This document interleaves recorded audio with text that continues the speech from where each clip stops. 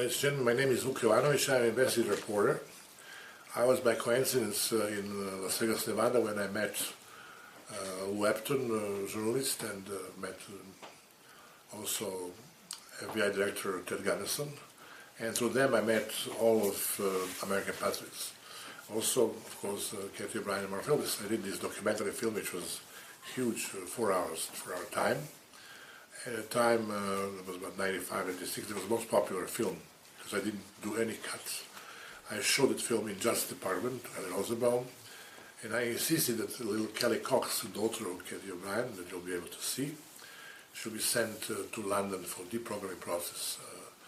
That's why I have some happy ends, and I hope that this program is enormous. It's the most dangerous game that Satanists are doing with us. They're programming people, they're programming your mind, they're poisoning water, they're poisoning the whole world, and you Americans are the worst victim of everything, and that's I know because I was with Alex Jones, with all American patriots. I'll play also the film about Lou Epton, who was the one who introduced me, and my friend Ted Gunnison from Las Vegas, Nevada. You'll be able to see them, how they look like, and I wish you good time, and you will see why Roberto De Niro was forbidden by CIA to play the film Presidential Model, and that will give you some idea why they're so dangerous. You will see how they operate, because Cathy O'Brien was at the time when Reagan was president, and he was only the puppet. The main figure was a pedophile, a big pedophile, Bush Senior, who is the worst criminal of all, person whose father was dealing with Hitler, and they are the worst enemy of the United States in the world. And we hope that person who I happen to know, Mr. Trump, will win, and I hope if you'll be able to send him this tape, which I'm not able because I'm limited in Serbia.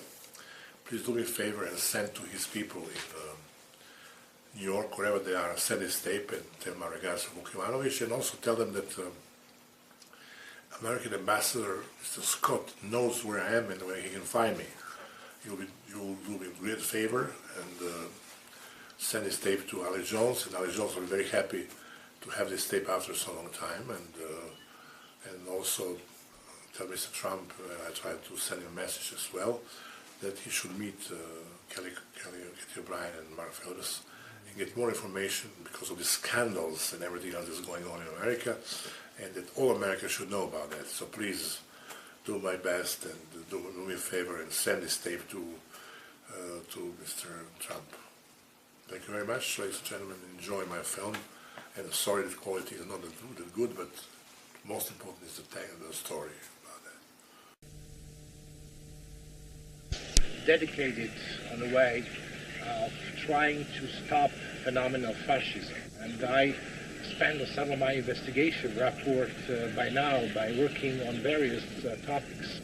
One of them was Kurt Waldheim topics, which took 7 years of my life, and very deep research in reality of World War II and cover-up of one of the biggest Nazi war criminals who also made a big career. Mind control programming also made my interest, and I'm very delightful today, ladies and gentlemen, to present you the people, the victim of the program, Cathy O'Brien, who I'm enjoying today her hospitality in her sweet home in Tennessee, and Mark Phillips as the person who saved Cathy's life. And my very first question is to Cathy O'Brien to tell us a few words about when she gets involved in that Mind project, and how old you were there when you started with that. I was born into a multi-generational incest-based family, and my father was sexually abusing me from as far back as I can remember, and he often bragged that he was substituting his penis for my mother's nipple while I was still an infant. And my father had created a dissociative identity disorder by his sexual abuse. Dissociative identity disorder used to be called multiple personality disorder, and it's defined as the mind-sane defense to trauma that's too horrible to comprehend. Even though I couldn't know that what my father was doing to me was wrong, nevertheless, the pain and suffocation that I suffered from his sexual abuse was horrific enough to create the multiple personality disorder. And it was the multiple personality disorder, dissociative identity disorder, as it's more aptly called now, is why I was a chosen one or a prime candidate for the government's CIA MK Ultra mind control project. My compartmentalization of memory was something that they were very much interested in. And by the time I was 6 years old, my father had been using me in child pornography and was caught sending this child pornography through the U.S. mails. When this happened, he was approached by the head of the local Michigan mafia, who was also heavily involved in Michigan politics and U.S. politics, Gerald Ford, the same Gerald Ford that went on to become president of the United States. Gerald Ford came to my father and offered him immunity from prosecution if he would sell me into the project. My father thought it was a wonderful idea. He felt like the government sanctioned his child abuse, and he went ahead and sold me into the CIA's mind control project. Tell me something. I was talking with various people about Gerald Ford, and then I was like discussing with various people on that topic. What is your, if you will say, proves that Gerald Ford could be involved in child pornography and being a member of organized crime? Is there any significant proof that you know of or you can recall of? Because you was following his career, you met him in even your 20s, and when you was 30 even, Gerald Ford. How do you know about his career of being so? Gerald Ford, if I might introduce this in, Gerald Ford has got a reputation among members of law enforcement, Park Service, even we understand persons who have contributed information from Secret Service and the Treasury Department have all made comments to certain members of Congress with regards to Gerald Ford's activities and his proclivity to some really strange and bizarre sexual habits. It's been well known throughout the elite inner social circles in Washington, D.C. and about that Gerald Ford has been involved with organized crime since his very beginnings in politics.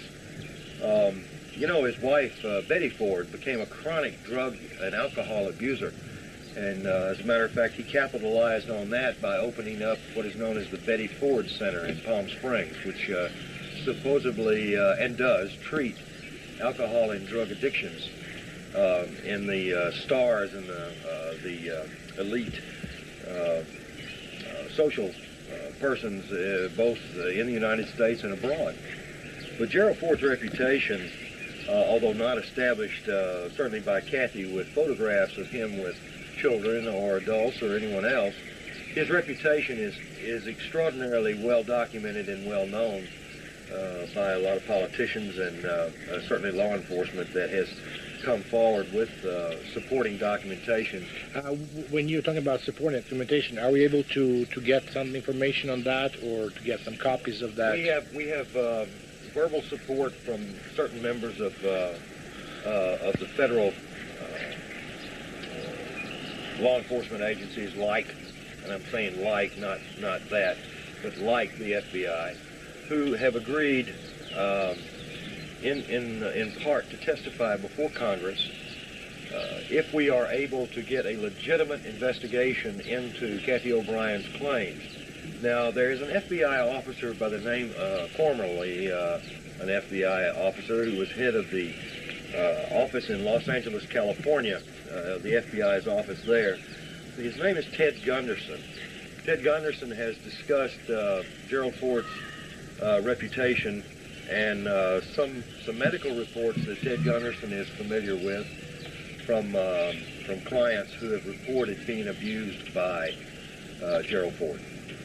So Ted Gunderson is outspoken. He is retired. and he is one of the very few that is able to talk about this at this time.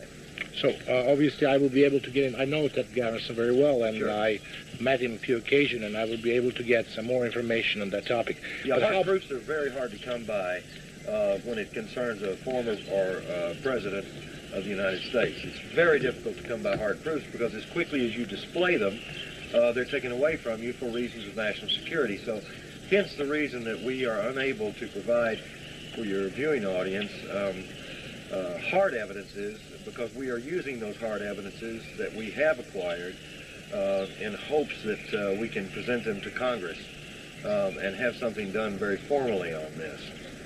Come back to Cathy, to you. You was mentioned that Gerald Ford went to your home and he introduced himself. Was he there in the capacity of how you said member of organized crime, dealing with pornography, and how he get in that time in contact with such sophisticated CIA operations like mind control? Well, my Or it was father, his previous business before to be an organized crime? it had been his business for some time, which is how my father was doing the child pornography during my earliest years. But my mother was also multi-generational incest-based. She suffered from dissociative identity disorder, from child sexual abuse.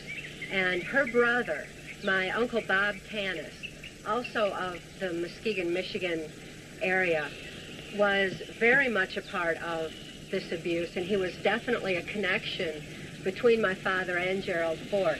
My Uncle Bob Tanis was U.S. Air Force intelligence and also claimed to be working for the intelligence arm of the Catholic Vatican, which is the Jesuits. So in other words, we'll be getting some information from that aspect of the. Mark, why this child abused people? I mean, children like Cathy, were the objects for such mind control, and how you, as an expert, could describe that. Look, we need to go back in history just a little bit. In the 30s, Adolf Hitler was researching two methods for obtaining control of the world. First of all, through nuclear devices, which would, in essence, destroy the victory of his spoils of victory, and also through mind control. And what Adolf Hitler had discovered was that the children of Northern European witchcraft-based families that were involved in Satanism and other forms of blood trauma, ritualistic type abuse, very commonly found in Catholicism and some other types of Christian belief systems. He found that there was an interesting phenomena that was occurring with the children. The children that had been abused literally since birth had developed some extraordinary senses visually. They had 44 times visual acuity improvement. In other words, they could see practically in the back of their head. He could envision using that one thing alone for his special SS forces. In addition to that, he also found out that these children had developed photographic memories, and along with a host of other psychological as well as psychiatric changes that seem to occur when people are exposed to horrific abuse. He took those studies, or actually had a fellow by the name of Heinrich Himmler, began to delve deeper and deeper into the research until he formulated a plan to literally genetically encode these children through interbreeding among these incest-based families.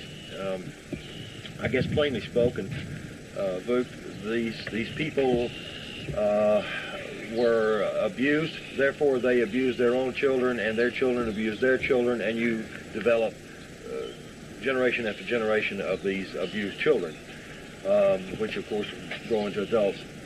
What we have found is that our government, the United States, became interested in it about the same period of time. Our intelligence officers that were serving in Germany at that time began feeding us information back that Hitler was going to breed a super race. And inside this super race was going to be a nucleus of individuals that Hitler or somebody else could have absolute control over. Now, these people would have high IQs, much higher than the average person, and it was not so much that they were smarter, it's the fact that they had been abused since birth. Cathy O'Brien's IQ is above average. Most of the people that we're dealing with here, their IQs are much higher than average. And this is as a result of not the interbreeding or the multi-generational effect. It has something to do with the abuse that she incurred. Her brain literally was forced to use more and more of itself until she has developed some incredible, but not so incredible characteristics, such as photographic memory. This, from my perspective, it was like a compartmentalization of memory where the abuse was compartmentalized in a certain part of my brain so that the rest of my mind could function normally as though nothing had happened. And I believe that's why it's termed the mind-sane defense to trauma too horrible to comprehend. But this compartmentalization has amnesic barriers around this photographic memory. And it was this compartmentalization of memory that the government was very much interested in and utilized throughout the Reagan-Bush administration in particular for me to be programmed to carry out specific criminal covert operations, which they wanted kept secret, as well as to deliver messages verbatim to different government leaders that were involved in implementing the New World Order through mind control of the masses. I have a question. I present your case to the various editors of big magazine in Europe and also editors of the various publishing houses.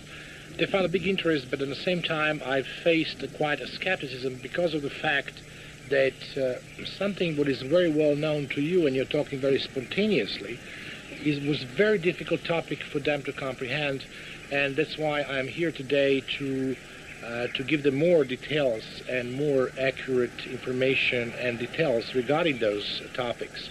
When you're mentioning that it was used first for sexual purposes, can you tell us the beginning of your sexual abuse and what is your recollection on that? Who was the first abusers that you faced in your childhood, and gradually how it's turned on to your other kind of utility they found for you, which is also sending messages and dealing with drugs? Well, my primitive behavior had been confused when my father was substituting his penis for my mother's nipple, because my sexual experience went into a realm of innate survival instincts such as eating food would do. And my father was my first sexual abuser.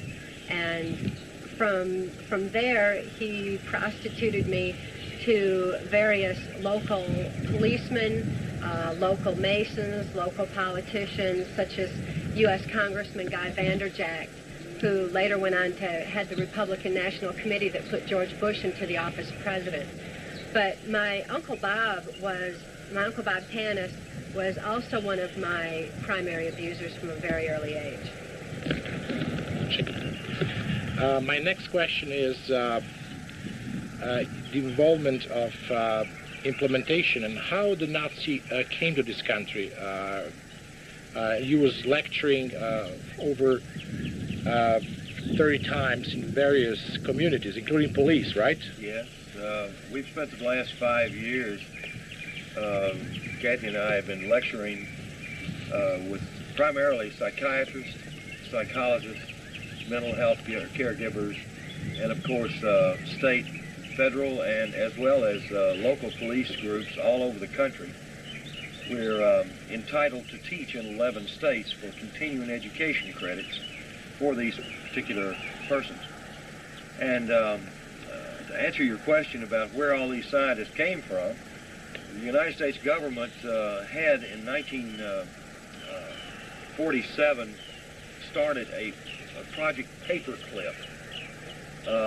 Project Paperclip was the importation of Nazi and fascist scientists that had scattered after World War II out of Germany and Italy all over the world.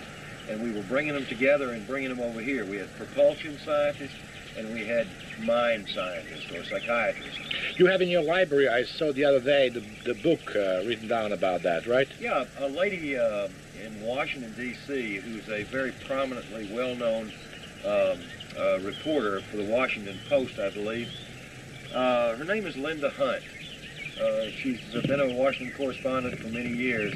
She did the actual research into the Freedom of Information archives and actually came up with the information on Project Paperclip.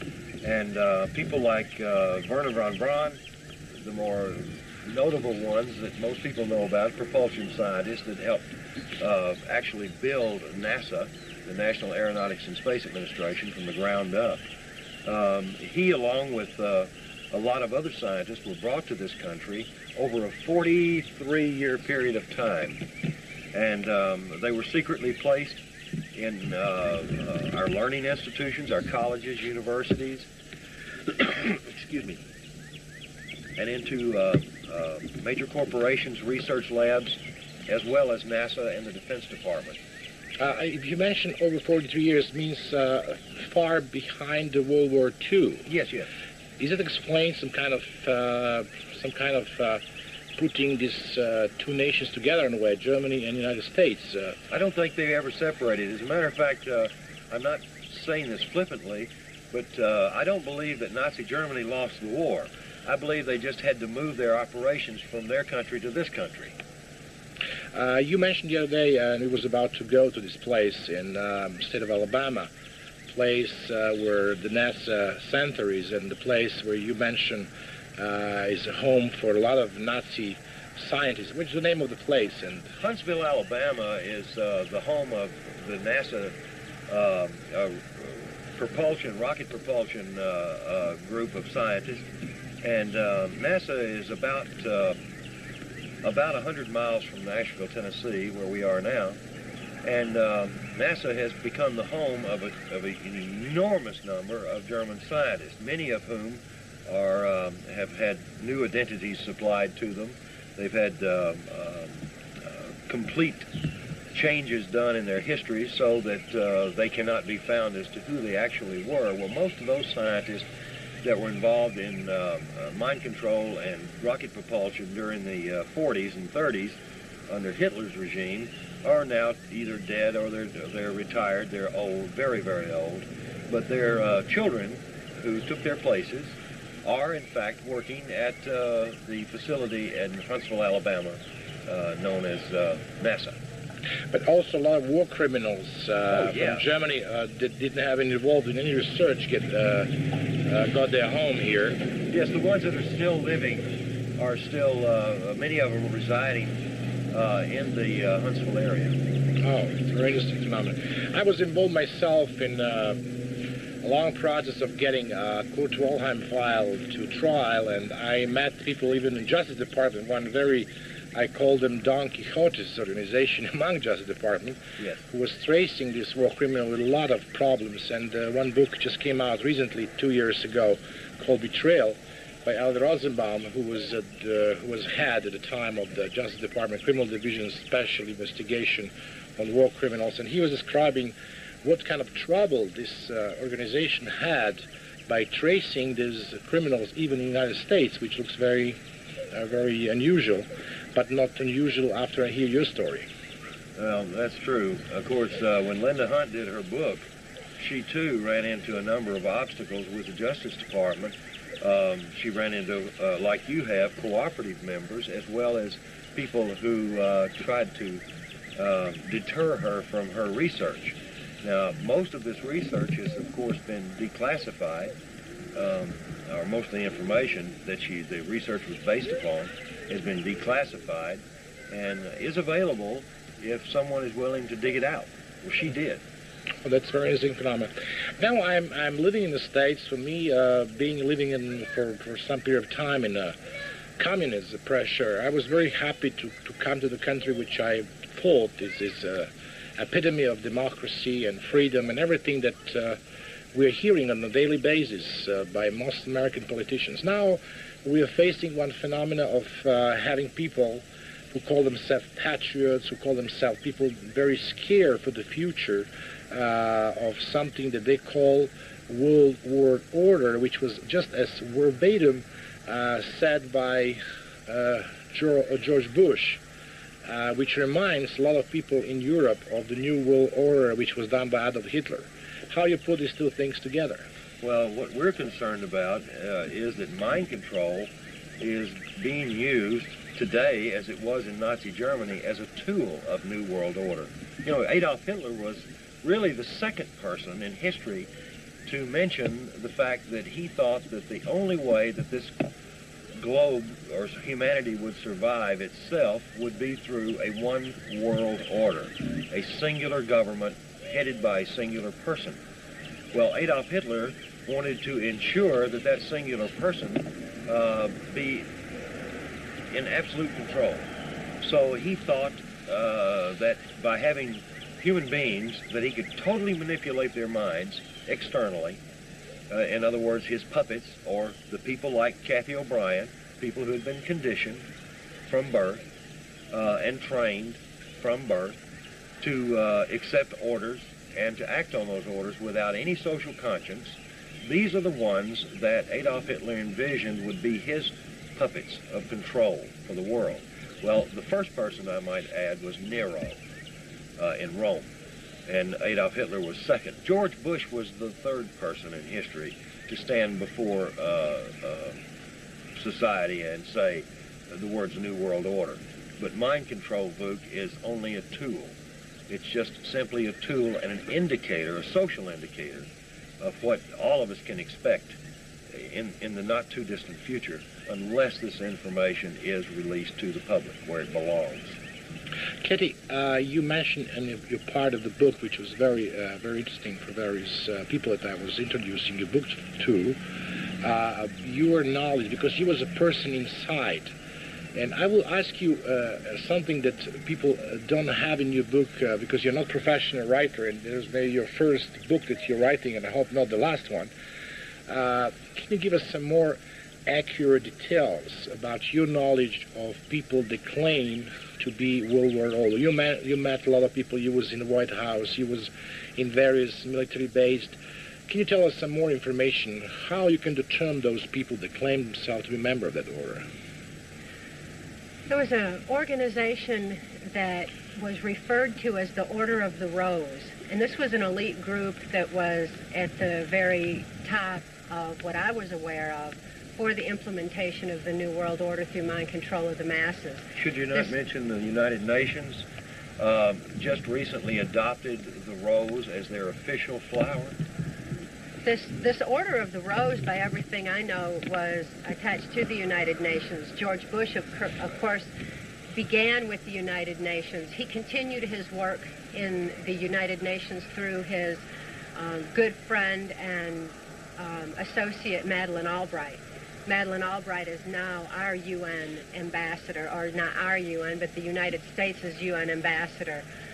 And this Order of the Rose was not so much another organization like we hear about, like the Illuminati or the Masons or something like that, but instead was used as an indicator to each other amongst those at the top that they were involved in implementing the New World Order through mind control of the masses.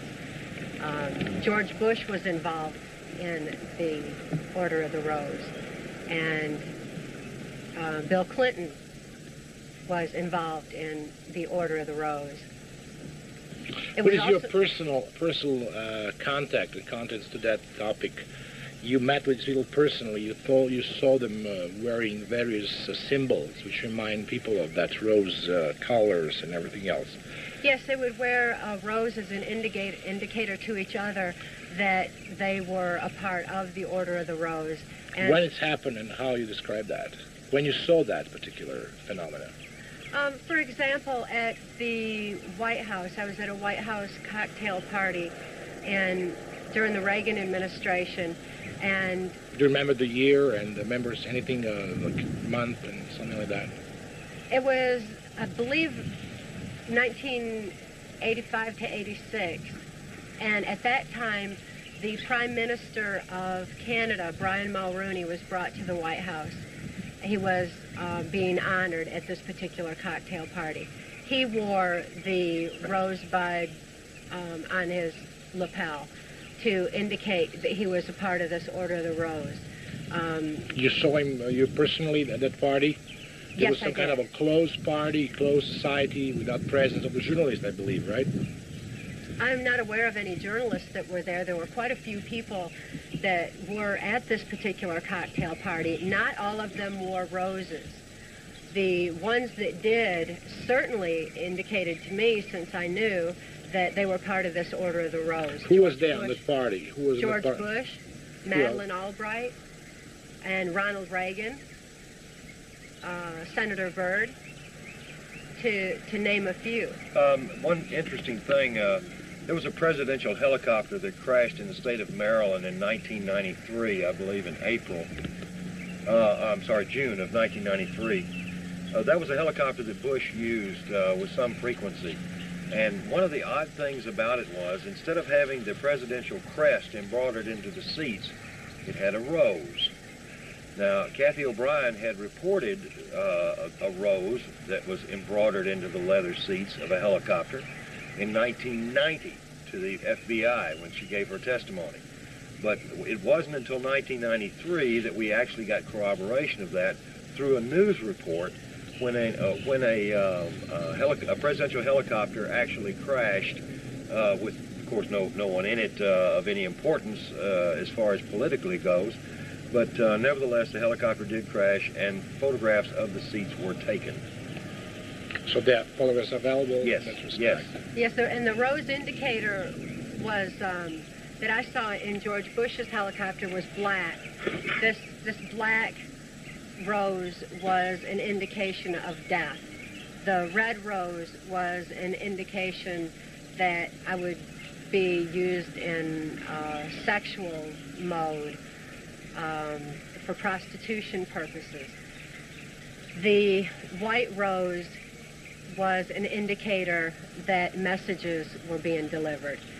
When baby's breath was surrounding the rose or the rosebud, it was an indicator that my daughter Kelly was usually involved in that particular operation, which meant that she was going to be sexually abused as well. These were her cues. These were visual cues that the person delivering them would be privy to, Boog, but no one else. And these, in the course of using these particular cues, they would simply touch the rose to access a particular program message or to program one in. That wasn't all that it took to set the program. There was so much that was done at the onset, so much trauma that I witnessed that had caused my mind to be primed for accepting program, and this base program was already laid. From the base program, other programming, specific programming, the delivering of messages was then added, or the particular sexual perversion that had to be fulfilled was added. And then they were ready to be accessed, and when it was time to be accessed, they would simply touch the You just rope. mentioned that you was testifying in front of FBI. Yes. What kind of testifying was that we're talking about? In 1989, I brought forward the diaries of her controller or handler, Alex Houston, because these diaries contained a number of large cash transactions among high-ranking officials, both within the Justice Department, in the entertainment business, as well as some politicians, including... Cathy, you have in front of you a list of the people that you collected after your recollection of everything that happened after you was rescued by Mark Phillips. People that you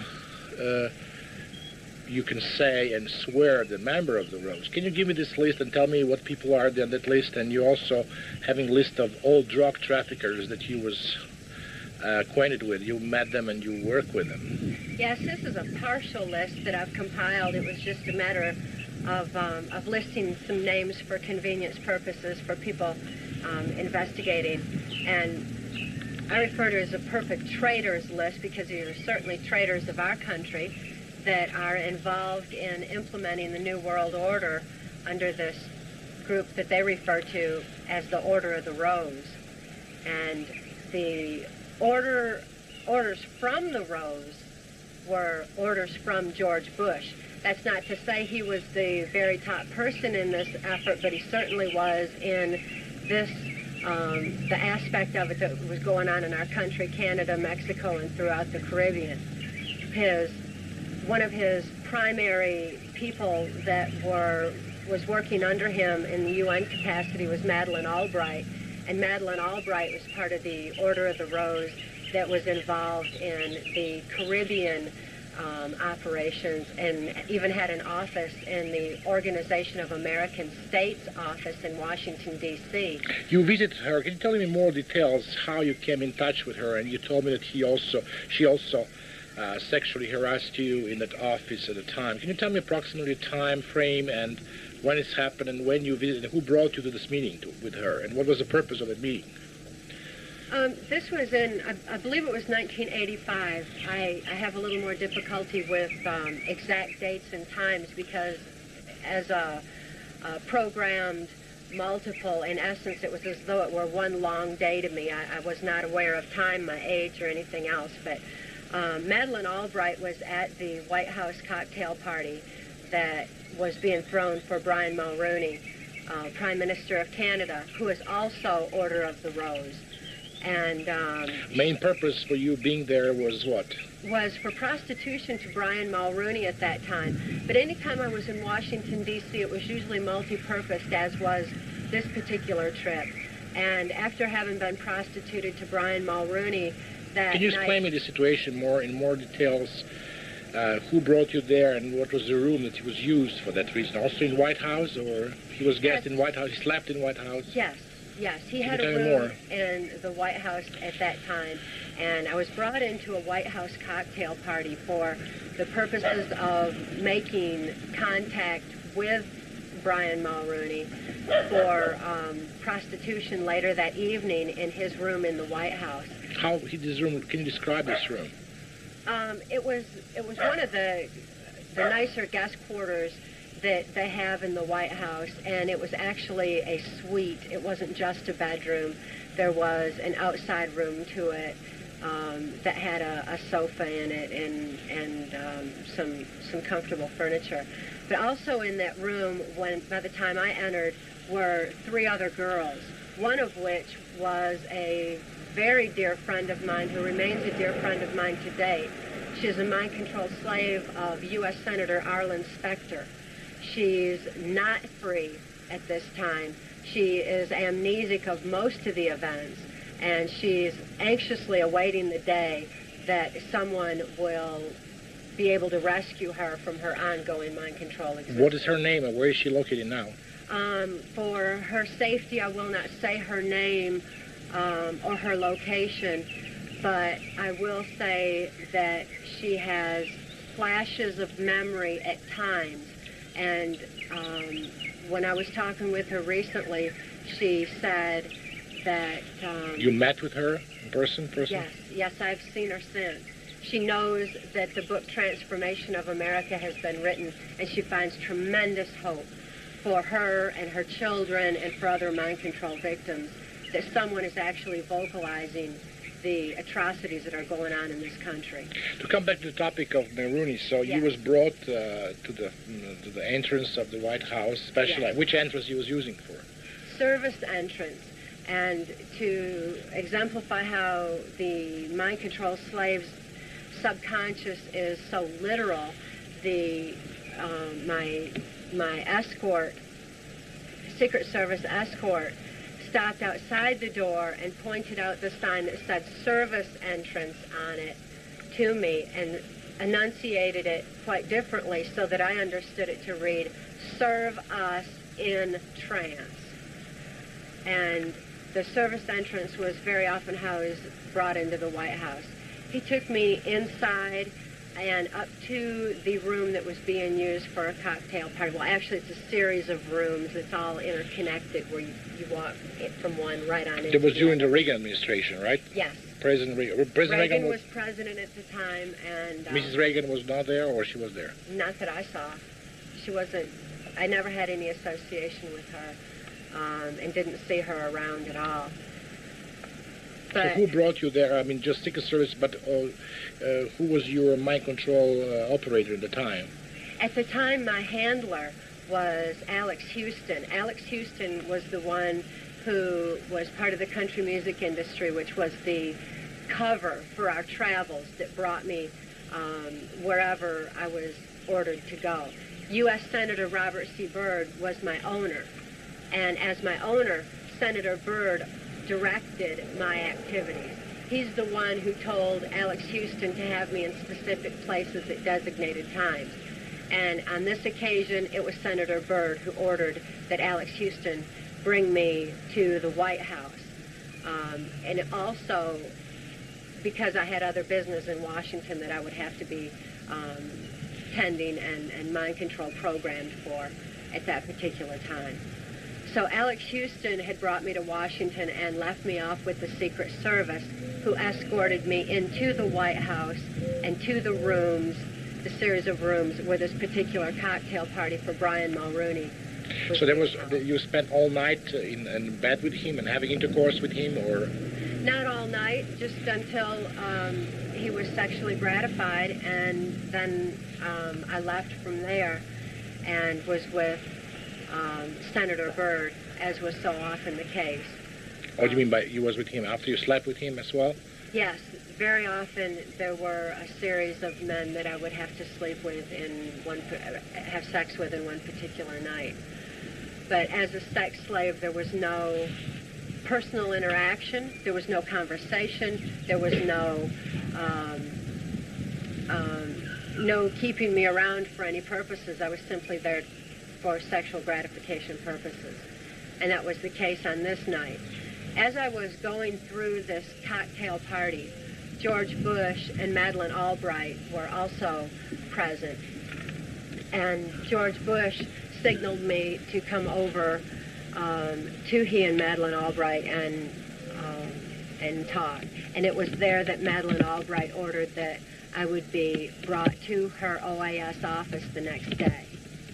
So she said that you mentioned in your book, I remember the page 167 even by heart, that George Bush told you about Margaret Albright. Who is she and something like that. Well, yes, he made some jokes to the effect that she was the, quote, Reverend Mother of all sisters, which cryptically meant that she ordered mind control slaves such as myself around. And that particular cryptic language was indigenous to the Catholic Vatican, the Jesuit mind control aspect of my victimization. So the Order of the Rose and the Catholic influence that I was experiencing at that particular time put me into the Catholic Jesuit mode of operation that I had been previously programmed for and conditioned for, and was often used for carrying out particular Caribbean operations. And now your second meeting with her was in that building that you was mentioning before. Can you Yes, describe the building and her office and how it looks like and how this event had happened? Well, the OAS building is located in Washington, D.C., and Alex Houston dropped me off out front. I went through the front door, and there's like a hallway that goes all the way through the OAS building and right out to the back where there's a rock garden. Her office... How the garden looked like? There's some elements that you can describe? The rock garden had a little walkway, like a sidewalk, where people who worked there, people who were brought in, could go outside. There were different rocks, some trees and shrubs there, and a lot of Caribbean art was around the woodwork. I noticed that there was some Haitian artwork in particular that I recognized from having been in Haiti on operations so many times. So you was first probably, you went through the guard there and who told you where you're going, right? And first somebody asked you where you're going, or? No, I just went straight in. I already knew where I was supposed to go, and I'm sure that the different indicators that I was wearing was a tip to many that I was part of the CIA operations anyway. I, too, had to wear the different roses, and particularly in my hair. But I had been given a little red rosy cross when I was first brought into the Order of the Rose. Could you just keep this, what you was talking yesterday, and I just want to be curious if you can tell us on the camera that. You went to her room and she was sitting there, right? And she was... yes, after what's we happened talked outside and I had received my orders, she brought me back into her office, which is located near the rock garden, and it's on the left as you go in. The office was really quite small, but it too had some of the Caribbean art on the walls. Some Haitian carvings were around the room. There was a file cabinet. Overall, it was a relatively small office because it was not her main office. But this OAS office was directly connected to the United Nations, and anytime I was around Madeleine Albright, the Catholic Jesuit aspect was accessed and used, and she accessed my sex programming at that time and made me perform oral sex on her before leaving. So how long was this action? So what she did was she just take her clothes off and order you to order oral sex on her? Well, actually, she just removed her panties. She was wearing a dress at the time, a longer skirt, which was more suitable for summer. It was a summer type weather anyway, and she just removed her nylon panties and had me perform oral sex on her while she sat in her office chair. And was she excited with that? Did she have orgasm? Yeah. What you can think of? How long you stayed there in her office? As long as it took. I really don't know how long it was. Any time for something so disgusting is too long. But it was just until she was sexually gratified, and then I was just ordered to leave. So what kind of order did she give you in that particular moment when she met with you? Well, she just accessed the sex program part, the same part like Hillary Clinton would use, and that was done through the sister references, particularly a twin sister reference where the sex programming had actually already been instilled, and the removal of her panties and with her spreading her legs and giving me orders was really all it took. So in other words, you was completely automatic. So you was just because of your mind control and your robotic behavior in the time. Totally robotic, and I had no ability to do anything other than what I was instructed or what I had been previously trained to do. And she was well aware of the fact that I was programmed and trained. She was aware of the fact that I was used in pornography with Larry Flint's Hustler magazine. Okay, you have some magazine where you can see the photographs of you on that magazine. Those are available. They're available on the Larry Flint's and Enterprise and Hustler magazine. Okay, what I would like to ask you this question that we were starting this programming, this particular segment was about your knowledge of other members of the Order of the Rose that you can. Did you give any testimony to any organization like FBI or anything regarding that Order of the Rose? No organization like that. As a matter of fact, there are certain factions, criminal factions of the government that are involved in this. There's certain factions of CIA and certain factions of FBI, much lesser on the FBI. This was very high up in government. This is government officials such as Mexican President Miguel de la Madrid, who was president during the Reagan administration, Salinas, who was vice president and later went on to be president, of Mexico. You met him personally? Yes. Did you also perform your sexual... With De La Madrid. De La Madrid, not with Salinas? Several times with De La Madrid, yes. Where, in Mexico or in... In Mexico. In Mexico. And other people involved were like Bill Clinton. In 1984, I had occasion to be at the CIA Near-Death Trauma Center compound in Lampe, Missouri. And Bill Clinton and George Bush were there together. Mm-hmm. To some people in this country, it seems odd that a Republican and a Democrat would be together. But in fact, their agendas were exactly the same. Their agendas didn't even have to do with the Democratic-Republican parties, did not have to do with the best interests of the United States. Their interests were this new world order. They both had exactly the same goal and the same agenda.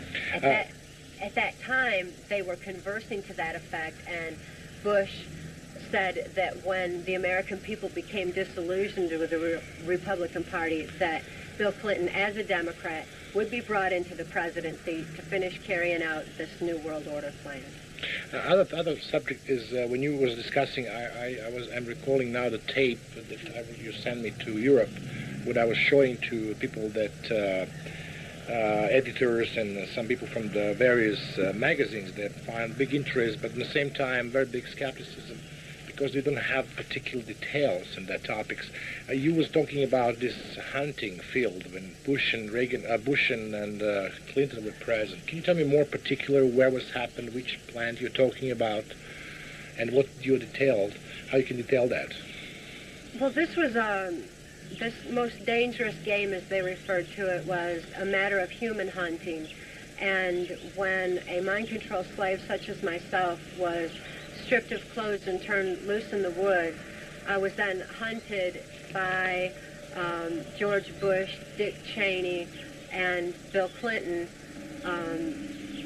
among others. But they were the main ones. I do not believe that it was necessary for them to have subjected me to this form of trauma. There were so many other traumas going on at the time. My mind was already prime conditioned for mind control program. So I really don't understand it, except for the fact that they found great pleasure in this form of human hunting. And they took it from particular military maneuvers. And which base we're talking about when you was recalling the situation when Clinton was present and Mr. Bush? Which airspace? There's a little place called Lampe, Missouri, that's just across the Arkansas line. Bill Clinton was governor of Arkansas at that time, and his whole cocaine operation that was Mena, Arkansas was the main hub for, was bringing cocaine into this CIA compound. And this particular Swiss villa, as they called it, amphitheater, in Lampe, Missouri, was actually a CIA compound out in the woods, military fencing all around it, and mind control training center where there was high-tech equipment was in one building. There were offices in another. There were little Swiss-style villas or cabins where different officials in either the military, CIA, or politics would stay, and it would house them while they were there for either the cocaine activities, for the paramilitary operations that were going on. You know, there were black helicopters everywhere, total robotic guys that were being used in special forces. Which special forces you're referring to? There was also another program on mind control by Delta Force, yes. Right? Can you describe what is your knowledge? Do you have any knowledge of that, or you met these people, and can you describe me some more of this? The Delta Force and the Navy SEALs are an elite part of the military that is mind controlled, like the mercenaries. I'm more familiar with the mercenaries that were being trained to carry out international operations that weren't necessarily sanctioned by Congress, and they were brought into other countries, such as South America, and to carry out their orders.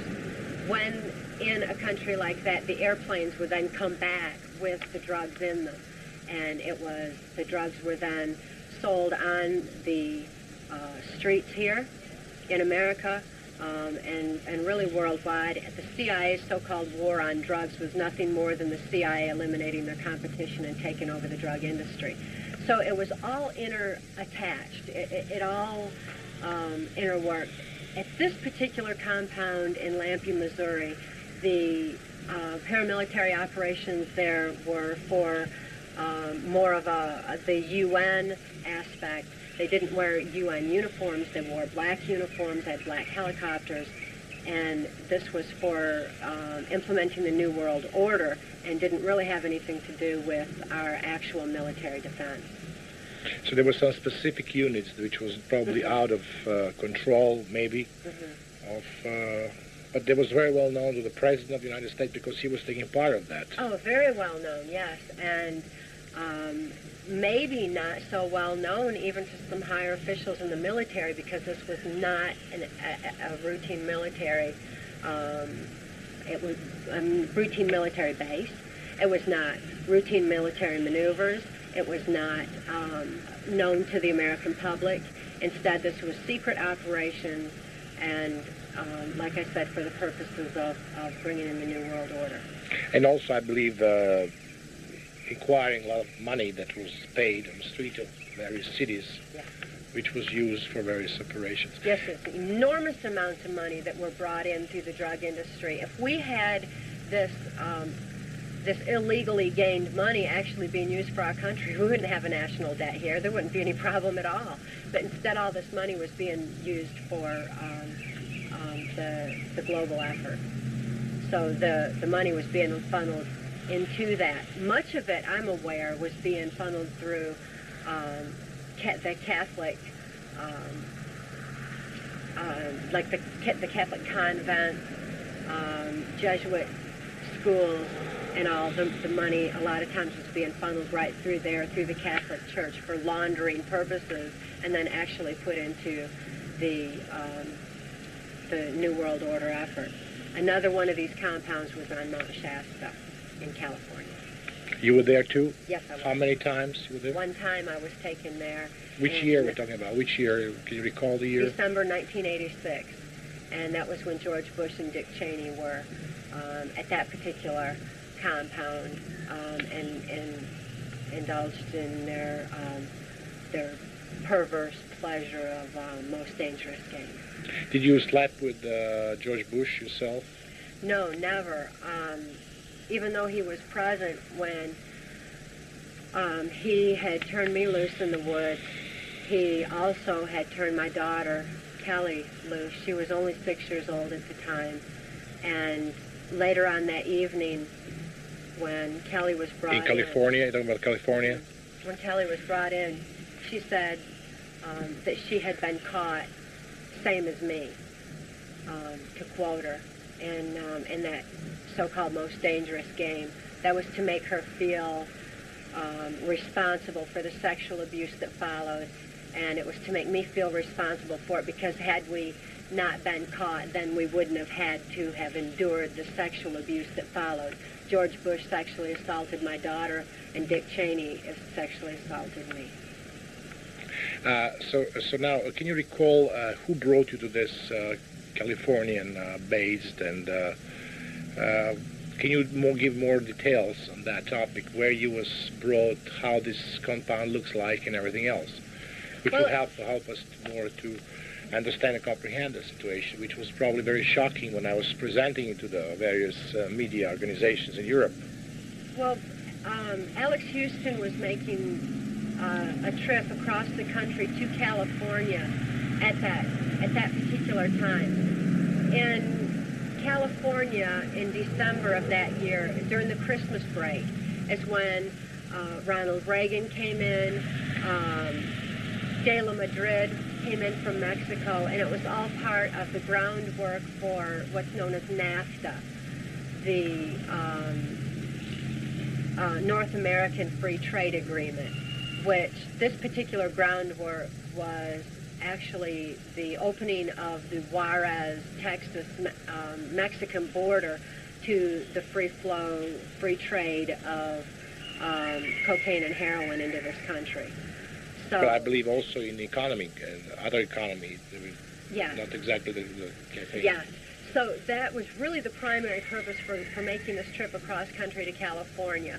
And en route, we stopped in the Lake Shasta area. Who was with you? Alex Houston, Kelly, and I were traveling by motorhome across country. And we stopped at Merle Haggard's. Did you have a cocaine on your Yes. home? Yes. And you saw Houston delivering cocaine to various people? Oh yeah. More often, I was the one who actually had to make the cocaine deals or load it out because I was the slave. Why should he have to carry it? Is the way he thought. So I was usually the one that carried those large amounts of cocaine to the different warehouses, facilities, and all where the cocaine was dropped off. Can you recall to whom you delivered the cocaine at the time, just for curiosity reason? Oh, many, many times the cocaine was brought to a CIA drug drop, as it was referred, in the state of Kentucky. It was Diamond Tavern's resort where the cocaine was brought in. Another place was at an abandoned amusement park in Ohio where the cocaine was dropped off. There was usually large quantities of cocaine involved in those kind of deals. Aside from that, it was just minor, hand distribution to different people in the country music industry or different politicians. Did you have him paying you on the spot, this kind of money, or you never saw money, or how it was done?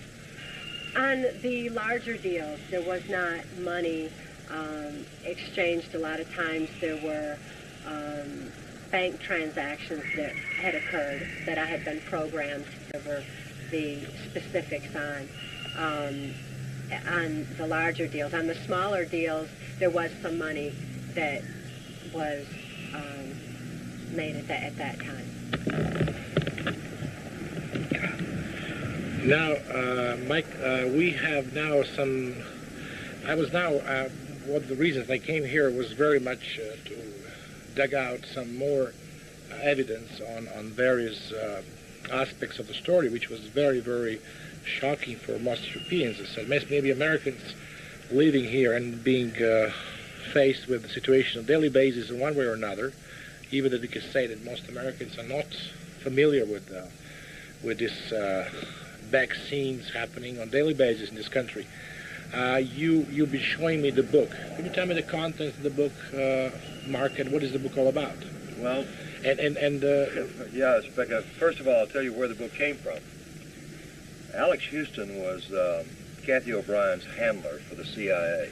He's a CIA operative, drug runner, pedophile, money launderer, as well as slave runner. And he even though he did not orchestrate Cathy O'Brien's activities for the most part, he was responsible for making sure that she was in certain places at certain times. As you all have discussed earlier, I'm sure, there are codes, keys, and triggers that are necessary for someone to know in order to access, very much like getting into a computer program, in order to access the mind of one of these programmed individuals, such as Cathy was, you need to know the codes, keys, and triggers.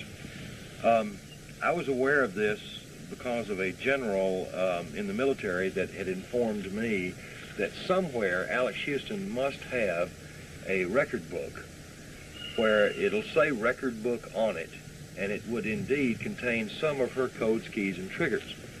Well, I knew that Alex had a large safe in his home. Very, very old, but extremely large professional bank type safe. And that I knew too that Cathy O'Brien had a photographic memory, so that if she had ever seen the combination even once, it would be recorded in her mind. But unfortunately, I was rather disturbed that she could not tell left from right, and usually, so many turns left and so many turns right. Well, that did pose to be a little bit of a problem, so I just simply reversed the process. But I was able to access in Cathy's memory the actual combination to the safe. And when we opened up the safe, this book, a central record book, did indeed come out of that safe.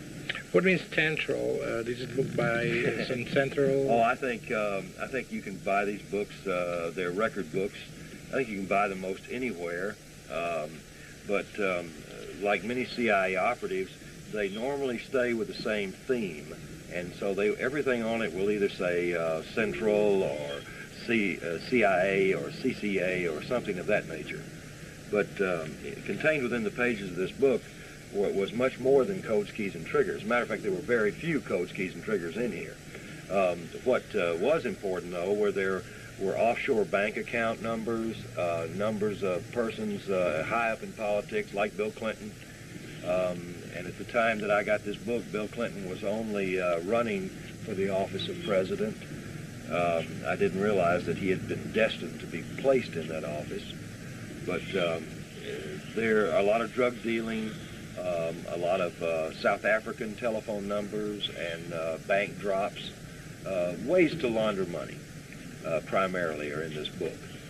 But, you just mentioned Bill Clinton. Can you please show me the page where... Cathy, where is the page?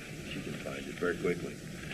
Where Bill Clinton's name is there and his telephone number was there, which I believe some people they've been using, they could be... Yes, this one. I want to face this with the camera.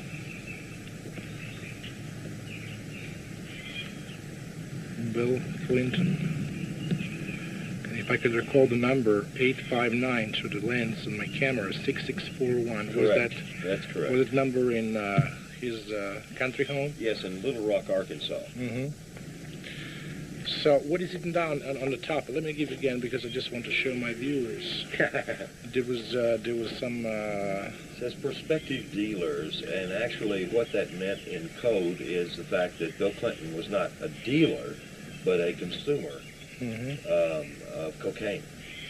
So, Cathy, you can recall, and I believe you testified on some occasions on Bill Clinton's using cocaine. You testified that you brought him the cocaine. And can you describe me this time and time frame and what was happened?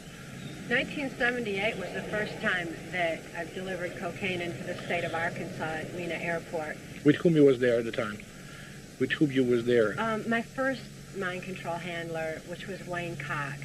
Wayne Cox. The man who as a child with you, was chosen to be your father of your child. Is that correct? Yes, yes, and he was also involved in the mercenary operations that were under the direction of Louisiana Senator J. Bennett Johnston. And these mercenaries, as I was saying, would go to South America or wherever. The officers of the army and bring back the planes would bring back the drugs. This one particular airplane load of drugs was transferred into a van, driven into the state of Arkansas, and delivered to the Mena Airport area. I only knew it as a remote airport in Ouachita Forest in the state of Arkansas, and it's since been identified exactly as Mena Airport. But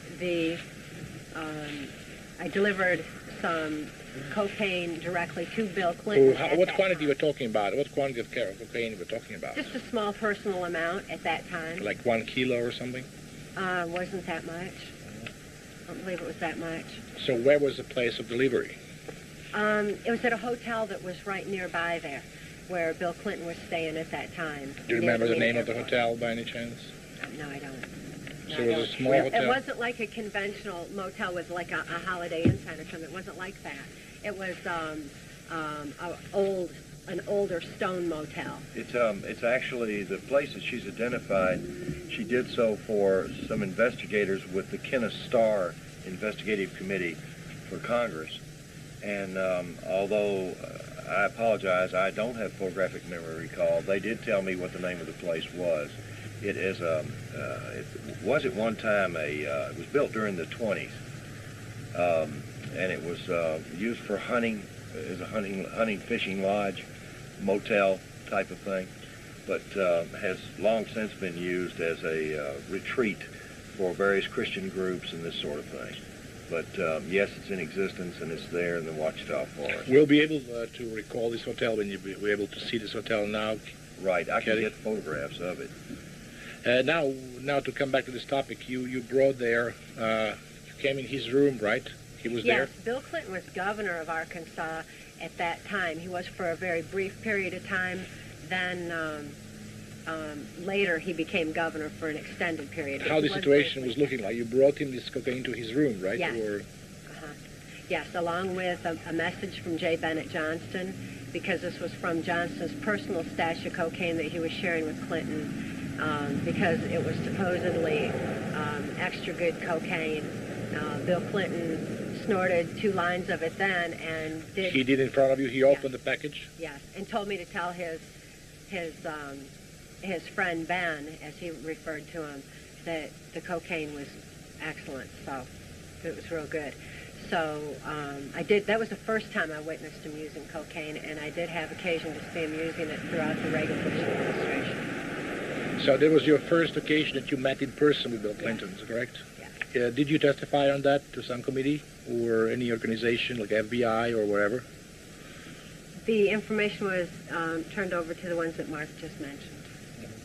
To the what was the organization? I'm sorry. The Starr Committee. It's Kenneth Starr. He's been appointed by Congress to investigate the Whitewater, and as well as Mena, Arkansas affair. His group is rather large. They've come down with several indictments. They've already forced Hillary Clinton to have to testify.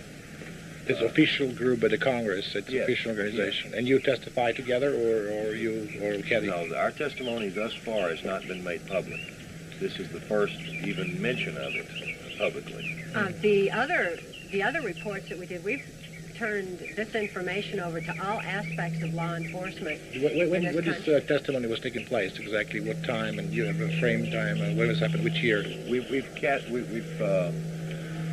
The first testimony was this, along with some other physical evidence, is that Alex Houston was in the cocaine business, and that was given by myself to the FBI in Anchorage, Alaska in 1989. 1989. Who was the person in charge that took this evidence from you? Ken Marisha.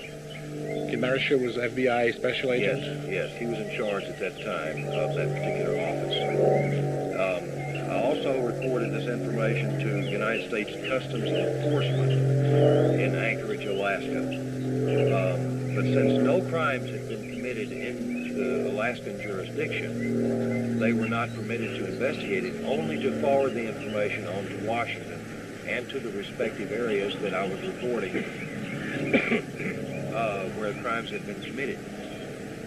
Cathy then gave testimony to the local Anchorage Police Department for the FBI on camera in 1989 with regards to Alex Houston's abuse of her daughter, herself, and in addition to that, some information regarding the drug dealing. But at that time, Cathy had not recovered her memories yet, beyond a certain point.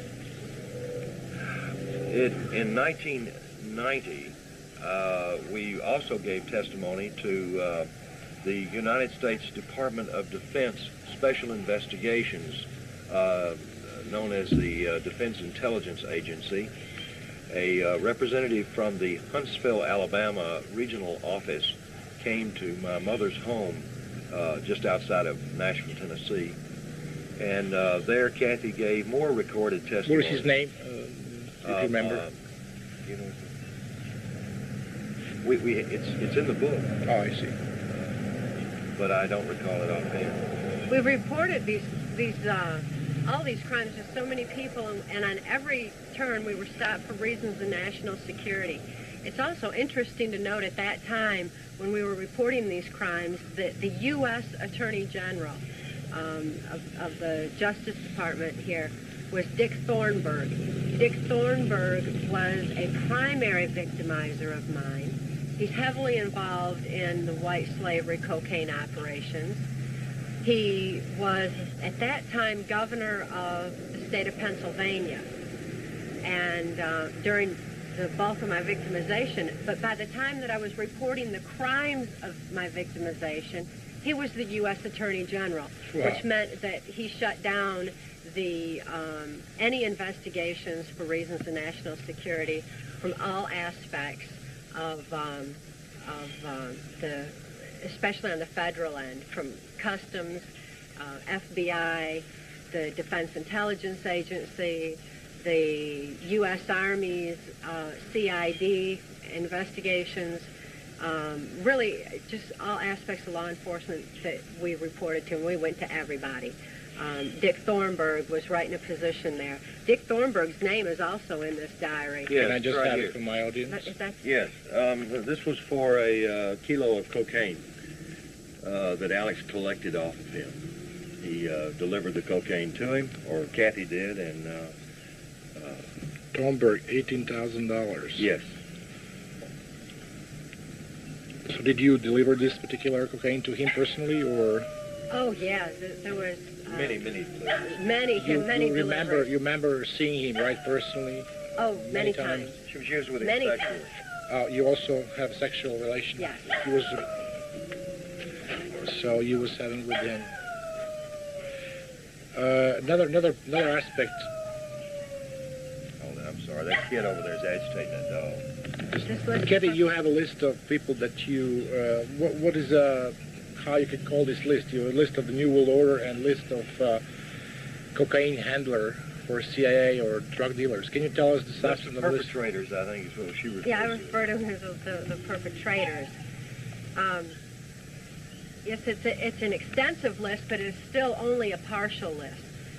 And it has names like the former CIA director, Bill Casey,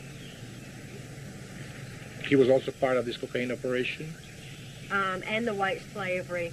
And he was one of the most integral parts of the Order of the Rose merging of the CIA and the Catholic Vatican that I'm aware of.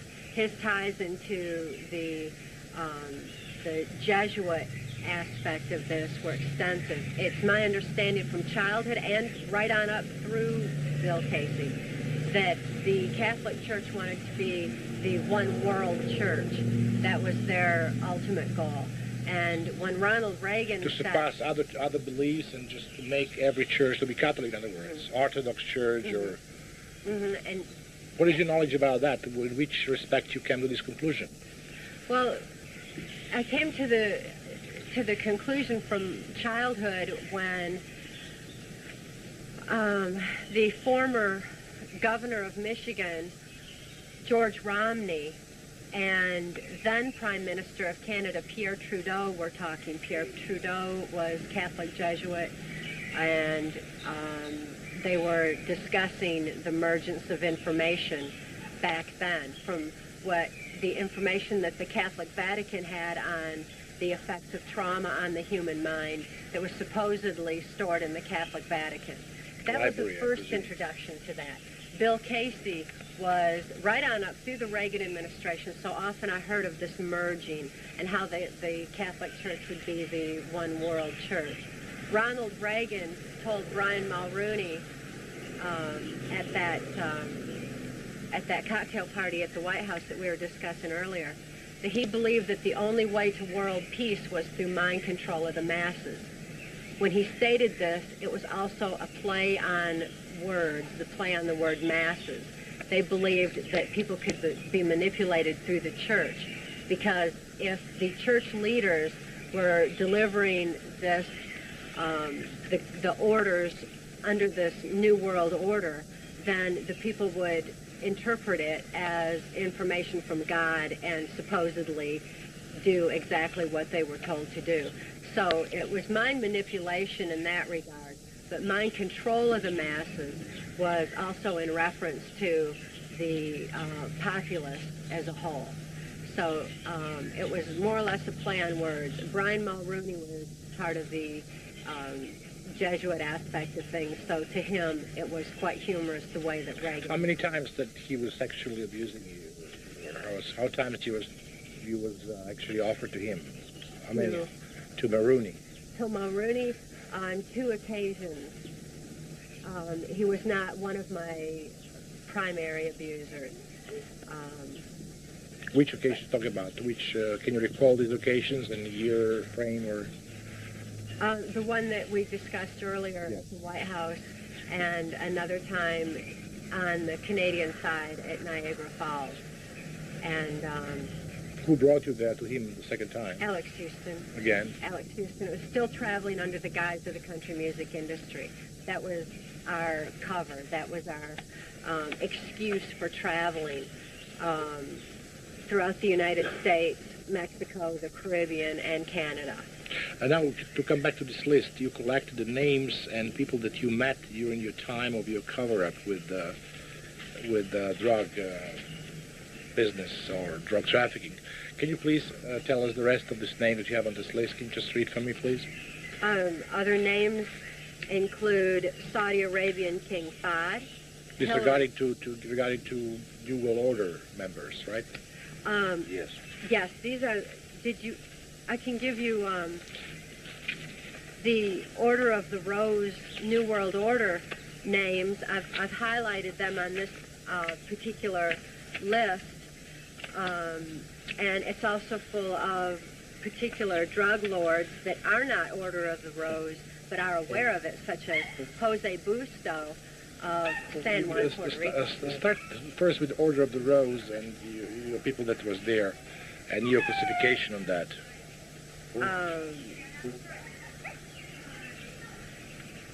The U.S. diplomat Philip Habib, U.S. Army Lieutenant Colonel Michael Aquino, who was a primary programmer of mine, U.S. Congressman Guy Vanderjack,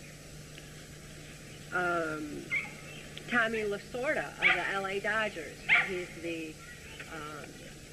He has the baseball team here that the Dodgers, they were using mind control in it. Plus he was Catholic connected and was very much a part of the Order of the Rose.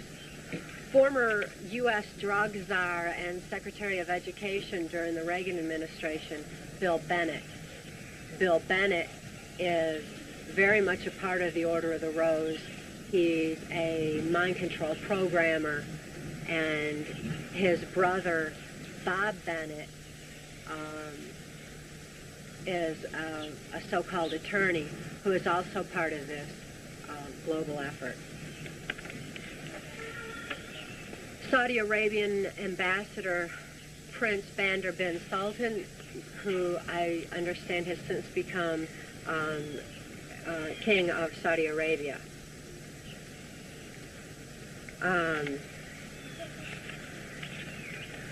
Former Tennessee Governor Lamar Alexander, George Bush Jr.,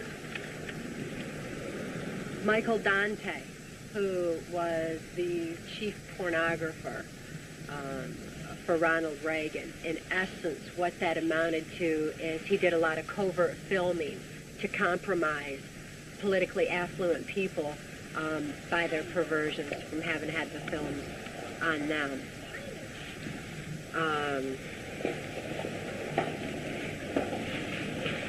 Hank Cochran is a singer-songwriter in the country music industry in Nashville, Tennessee, who was one of the primary people in the CIA's cocaine operation.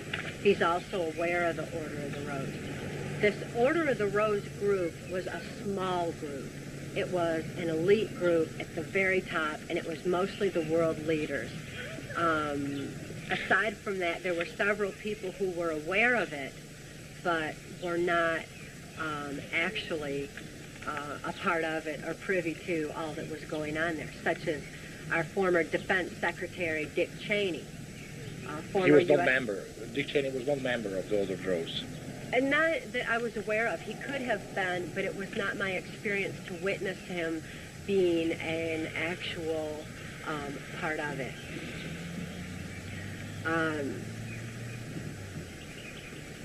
There's U.S. Congressman Gary Ackerman of New York, U.S. Congressman Jim Traficant of Ohio, General Manuel Noriega of Panama was well aware of the Order of the Rose. I'm not sure whether he was actually a part of it or not. He was certainly a part of the CIA's drug operations during the Reagan-Bush administration that I was aware of. Did you met him personally? Yes, I have. Which occasion you met Noriega? The primary occasion that I met him was in December of 1987. And where was that? It was in Tampa, the Tampa area of Florida, which was real close to MacDill Air Force Base. It was actually just across the bay from MacDill Air Force Base, which is a very primary hub for the cocaine operations of the CIA. Also, who brought you to him, and how you can describe this meeting with him, and can you describe where you met him and which it was hotel room or some other or base? No, actually, he had his ship out in that harbor area.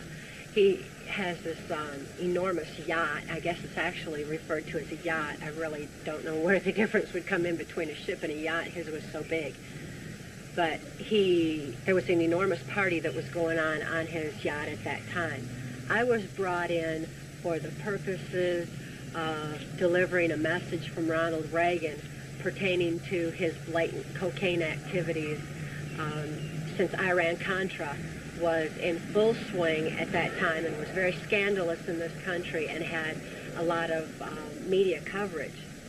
The orders to Noriega at that time were for him to just, be quieter about the operations, to go underground with them, and to cease, the blatant activities that he was.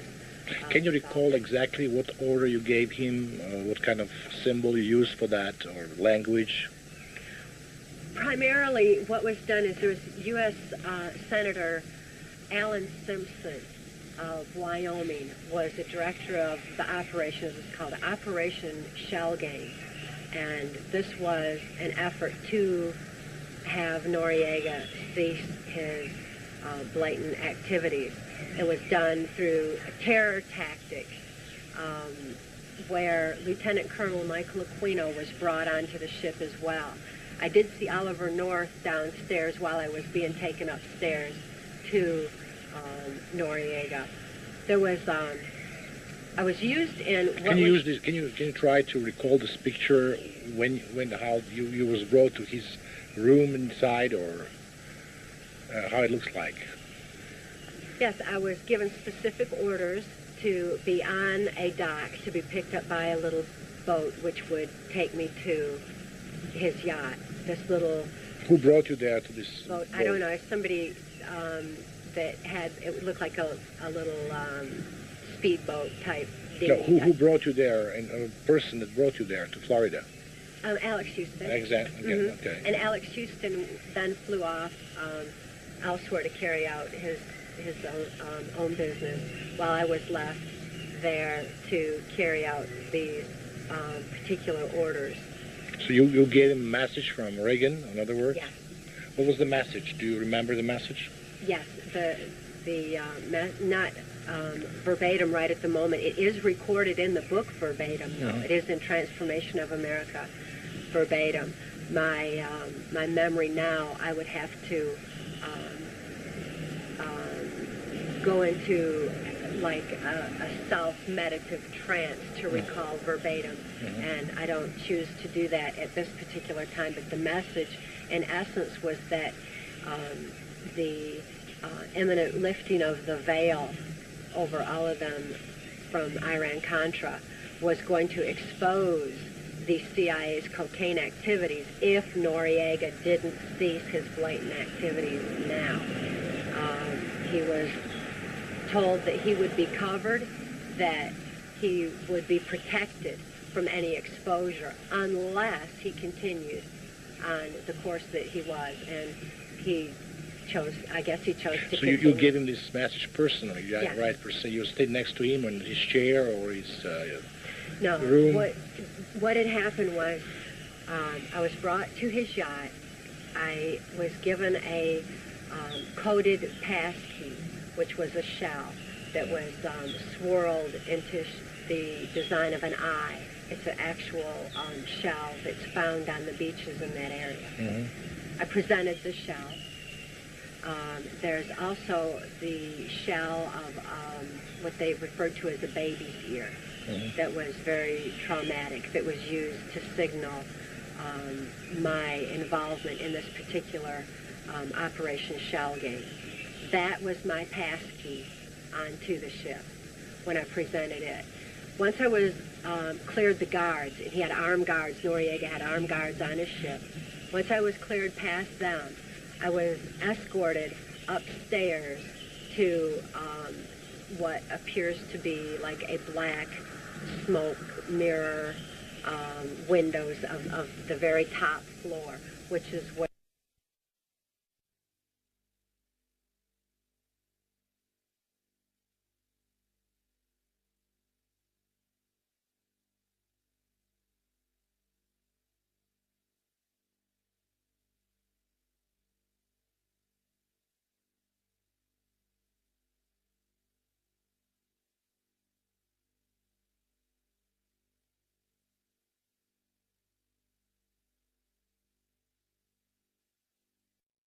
I was to meet with Noriega. Alan Simpson was already up there. So he was there present when you was there? Lieutenant Colonel Michael Aquino was there.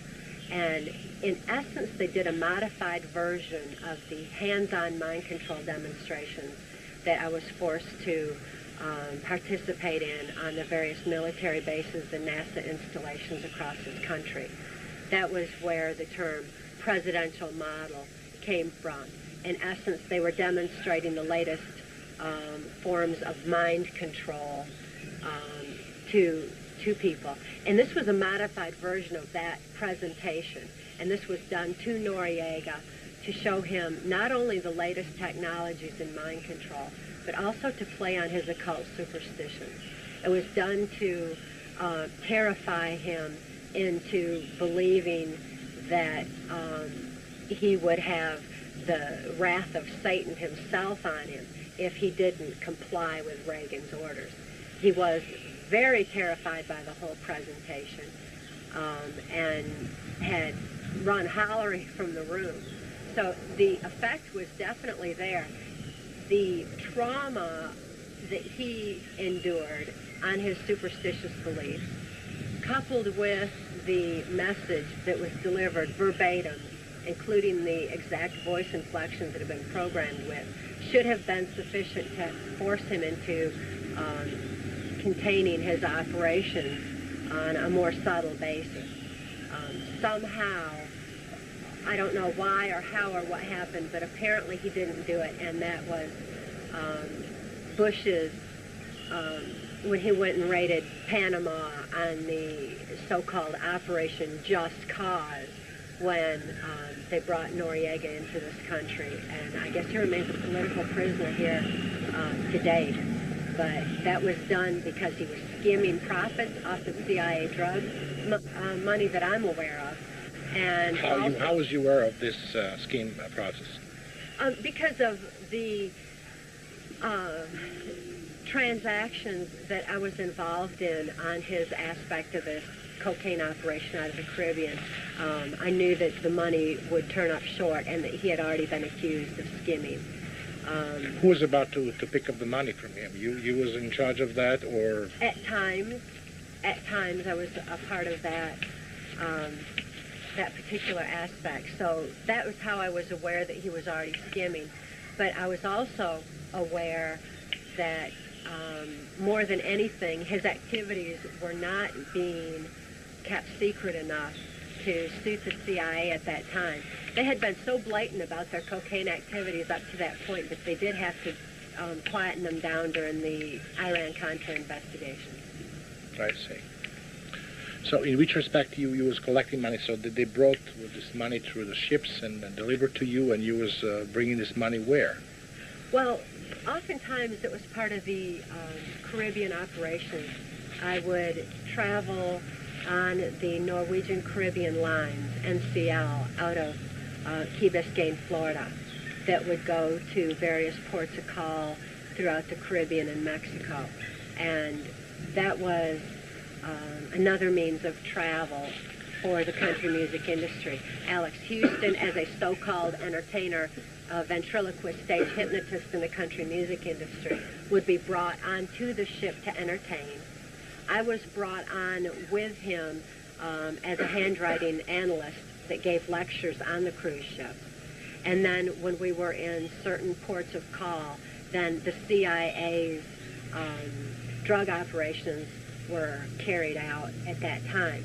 Which means, can you explain from a technical I point would of view? have a large suitcase full of money in the early 80s. As things progressed and on into the later 80s, most was delivered as bank transaction numbers and codes instead that I was programmed with, rather than the actual physical money transfer. But early on, the money was actually taken in a suitcase to key places, Key West, Florida, for example, where the operations were in full swing there. Some into Mexico. A lot of heroin was actually brought out of Mexico during that point in time through NCL. The NCL is what? Norwegian Caribbean line. Oh, okay. It's a luxury cruise ship.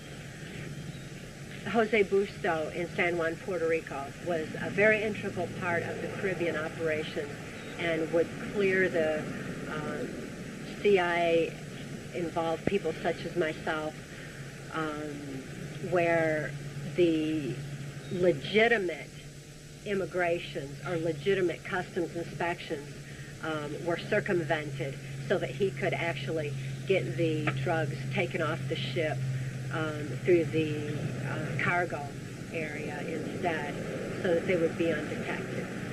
There was cover-up for everybody was taking part of that. Very much. NCL was completely, totally involved in the drug operations at that time. Then the drugs were transferred onto the motorhome that Alex Houston and I had driven down to the cruise ship, while we were on our cruise.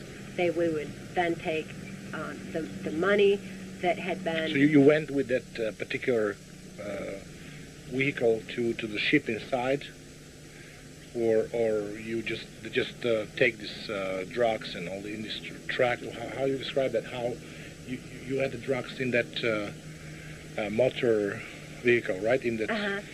The suitcase that carried the money was exchanged for suitcases full of drugs, or the drugs were sometimes transferred on in these big food storage bins of the cruise lines. But once we arrived back in port in Florida, the drugs were then transferred to the motorhome. The motorhome had been specifically made where it had hollow walls for holding the drugs. The drugs were then put into the walls of the motorhome and driven back into either Nashville, Tennessee, the drug drop in Ohio that I mentioned earlier, the drug drop in Kentucky, Diamond Cavern that I mentioned earlier, or possibly to different military bases along the way. I see. So now the other name that you're mentioning in this list, who they are? You mentioned also somehow Saddam Hussein there. In which respect? Yes, that was Saddam Hussein was mentioned, and that was more from being considered a stepping stone of the New World Order. He was considered expendable. He was set up. The whole Desert Storm war, from what I was privy to, what I was aware of, was simply a setup. As a matter of fact, I had delivered a message to Saudi Arabian King Fahd that the arming of Iraq was just a, quote, mirage in the whirlwind, where Which year are you talking about? that Saddam Hussein would be stopped eventually. Which year are you talking about? This was in 1986, I believe. 86. 86. They were already arming Iraq with biological warfare weaponry, and that was what I was aware of in particular. But the purpose was to attack Iran, I presume, right, at the time? Or? At the time, in the arming of Iraq, it was so that Saddam Hussein would continue, according to George Bush, what I heard George Bush say. When you heard him saying that? At Bohemian Grove, right about that same period of time. When I saw him there, he was discussing how Saddam Hussein should be allowed to continue genocide in his country, so that there would be, quote, that much less for Bush to have to annihilate when the war was actually broke out. And in the meantime, Saudi Arabian King Fahd was being soothed and to understand that the building of Iraq was not going to affect Saudi Arabia directly, supposedly, was not going to affect them directly or be a threat to them because Saddam Hussein was destined to be disarmed. The war was imminent. And this was, back in the late 80s that all this was already established. So when Desert Storm actually came about, it was, it didn't seem like war as the public perceived it at all to me. It was so staged. It was so orchestrated. But Saddam Hussein was definitely considered an expendable. Baby Doc Duvalier of Haiti was also considered an expendable. They used Haiti as a cocaine hub for many years before that particular aspect of the cocaine. Did you have met Baby Doc? On numerous occasions. Where was the first time that you met with him? I met with him in Haiti at his presidential palace in Port-au-Prince. And who brought you there? Alex Houston. You and flew this there, was right? through the Norwegian Caribbean line. Oh, you went with the crew there. Yeah. Right. Many drug transactions had occurred there before Baby Doc was taken out of power. When Baby Doc was taken out of power, I was aware of Haiti being used as a prototype of mass genocide for the New World Order, according to New World Order plans, and was... In which respect mass genocide? Through the civil wars or through the conflict among the nation in this country or various groups, or how you understood that genocide aspect of the New World Order? Through AIDS, mind control of the masses.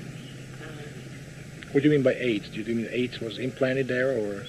By everything that I know, and it is detailed in the book, it was deliberately brought into Haiti to, as George Bush said, this is to quote him only, he said to annihilate the niggers at their source. Mm-hmm. And in other words... it was also in Bohemian Grove? Yes. What was Bohemian Grove? He was also referring to South Africa at that time. What does the Bohemian Grove actually role in that whole story? I read your book, but Bohemian Grove was a place where all these people belonging to this club attending. Are they all member of the Rose or one way or another, or just some of them? No. There's Bohemian Grove was a political playground in Northern California, and it's still there today. It's not far from the Presidio, where the so-called Gorbachev USA summit was held. The people that met at Bohemian Grove had two levels that, according to my understanding. One level was the usual membership. The other level was the elite, politically affluent members of the Grove, which included George Bush, Bill and Bob Bennett, Gerald Ford, to name a few, Ronald Reagan. Kissinger as well? I understand that Kissinger is a member, but it was not my experience to have contact with him there. It was my experience to have contact with Dick Cheney. Do you have any knowledge of this operation when Gorbachev was there? There was also some kind of conversation you heard between Bush referring to Gorbachev and all this operation to do Russia, to cut off Russian Union, or to convince Gorbachev on that? The only aspect of it that I was aware of at all, as far as Gorbachev and that effort, was just a shared goal of implementing the New World Order.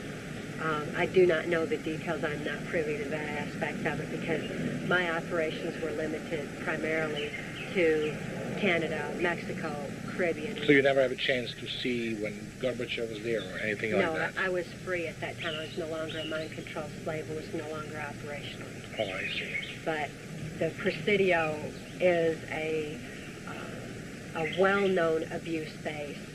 Lieutenant Colonel Michael Aquino has been charged with sexual abuse of children there for the proliferation of his occult temple of Set, for the blood ritual traumas that occur there. I was taken there for mind control programming purposes. There's the mind control sophisticated technology part building that's located on the Presidio.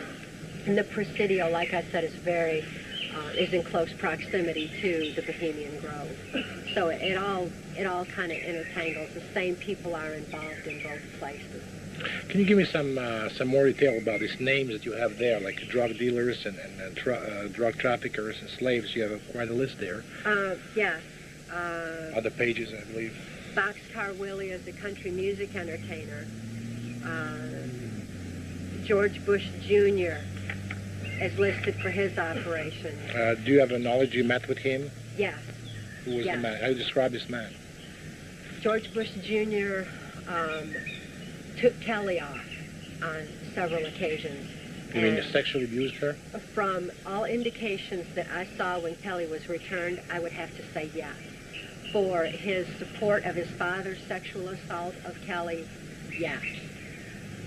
George Bush Jr. was covering for his father. What is his second name, first name of George Bush Jr.?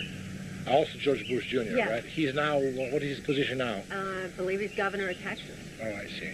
At this point. I see. But when I knew him, he was, this was back in 1986. He was at the Mount Shasta compound. He was also at Ronald Reagan's, I don't know if it's a primary home or a second home or whatever, but it's a home in California that I was... You met with him? Yes. Do you have anything, any relation, sexual whatsoever with him, or? None whatsoever, and no indicators that he was interested in any kind of sexual relations. The only interest that I ever saw him show was towards my daughter. I did not witness him sexually assaulting my daughter. Did you witness anyone? Did you witness? Ever been eyewitness of any of assault of your daughter by that you saw by your eyes? You saw with your eyes? Yes. When it's happened and how it's happened? That was after Kelly and I had been caught in the most dangerous game on Mount Shasta, and were taken into the hunting lodge, cabin, whatever you'd want to call it. That was in California, or? Yes, in Northern California. And Dick Cheney and George Bush were on vacation, kind of a work vacation at the time, because it was close to the Christmas holidays and they were off work. George Bush was using copious quantities of heroin that I witnessed him using. He was using heroin? Heroin, yes. Which way? Through the needle? Or? Yes. There was also opium that was smoked in that room. There was... Who, Cheney was with him? Yes, yes. And which room? Can you describe the room and the place? The room was... it was set up like redwood walls, and it was very rustic. The whole room was set up in a mirrored type illusion where everything, like there was a sofa facing a sofa. They were both black leather, and they looked exactly the same, and they were facing each other. Two armchairs were positioned opposite each other, so that it appeared to be, in looking in the room, the whole room appeared to be a mirror reflection, but it was simply actually designed that way. Because, like, George Bush was sitting in one chair and Dick Cheney was sitting in the other. They were naked? When Kelly and I were brought in. They were naked? Or? Eventually, yes. When we first came in, no. But they did both unzip their pants and were making lewd remarks to Kelly and I both. Both of them were very high on the heroin and the drugs that were there. It was their recreational drugs of choice, and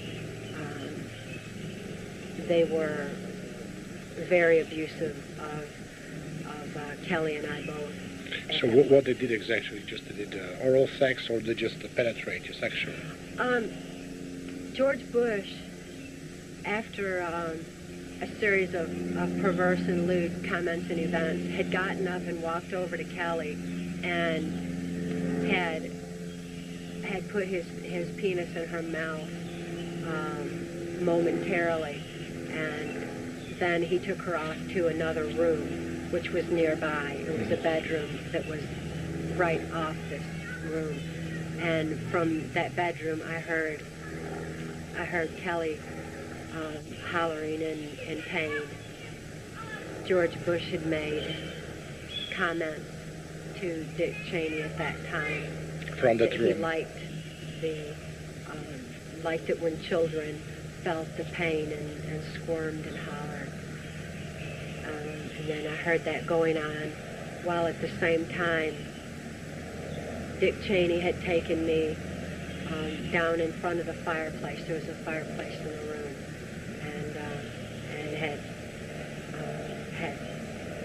sexual intercourse with me there that was extremely brutal because of his abnormally large penis size, but also because what kind of penis size? He has like very big penis there? Or yeah, very, very large, very thick. The complete opposite end of the scale of Senator Byrd, that's for sure. Very brutal in his sexual assault. He's aware of his size being painful, and he would dislocate my jaw to sexually gratify himself in my throat, and he would actually slide my jaw out of joint, and I have permanent damage to my jaw from Dick Cheney's sexual assault alone because of his unusual size.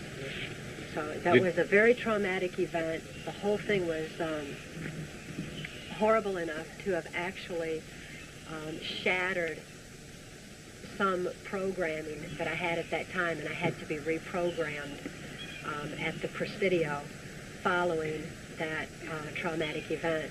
As we drove from the Lake Shasta area that we had driven to, we were taken by helicopter to Mount Shasta. So when this was over, we were transported again by helicopter back to Lake Shasta where the motorhome was.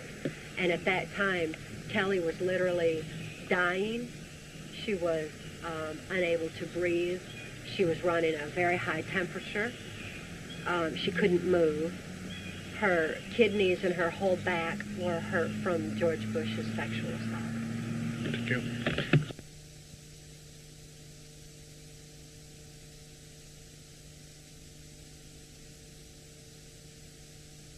Friend, and I believe friend to life, and Mark, and I'm very sorry to ask you these questions, and I feel, even the first time we met, very unpleasant about that, but this is a part of my trial to explain and to people that have skepticism about all these things, all this trauma, How you describe this trauma that happened to you? How they've been working and experimentizing on you? What is the size they've been using? Can you give us some more guideline on that?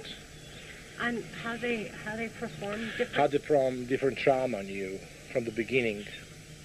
There was sleep, food, and water deprivation that usually occurred for 3 days prior to any particular programming session or any particular operation that I had to carry out. The water deprivation was especially difficult, especially in the Caribbean or any hot places. Which places, when you talk about that, if you'd be so kind, I know that you have a problem with remembering everything, but just tell us which places you're in referring the Caribbean? to. Yes. Puerto Rico and the Virgin Islands. There was what it was called an out island for NCL. It's a small, remote island, not too far from the Bahamas and not too far from Key West.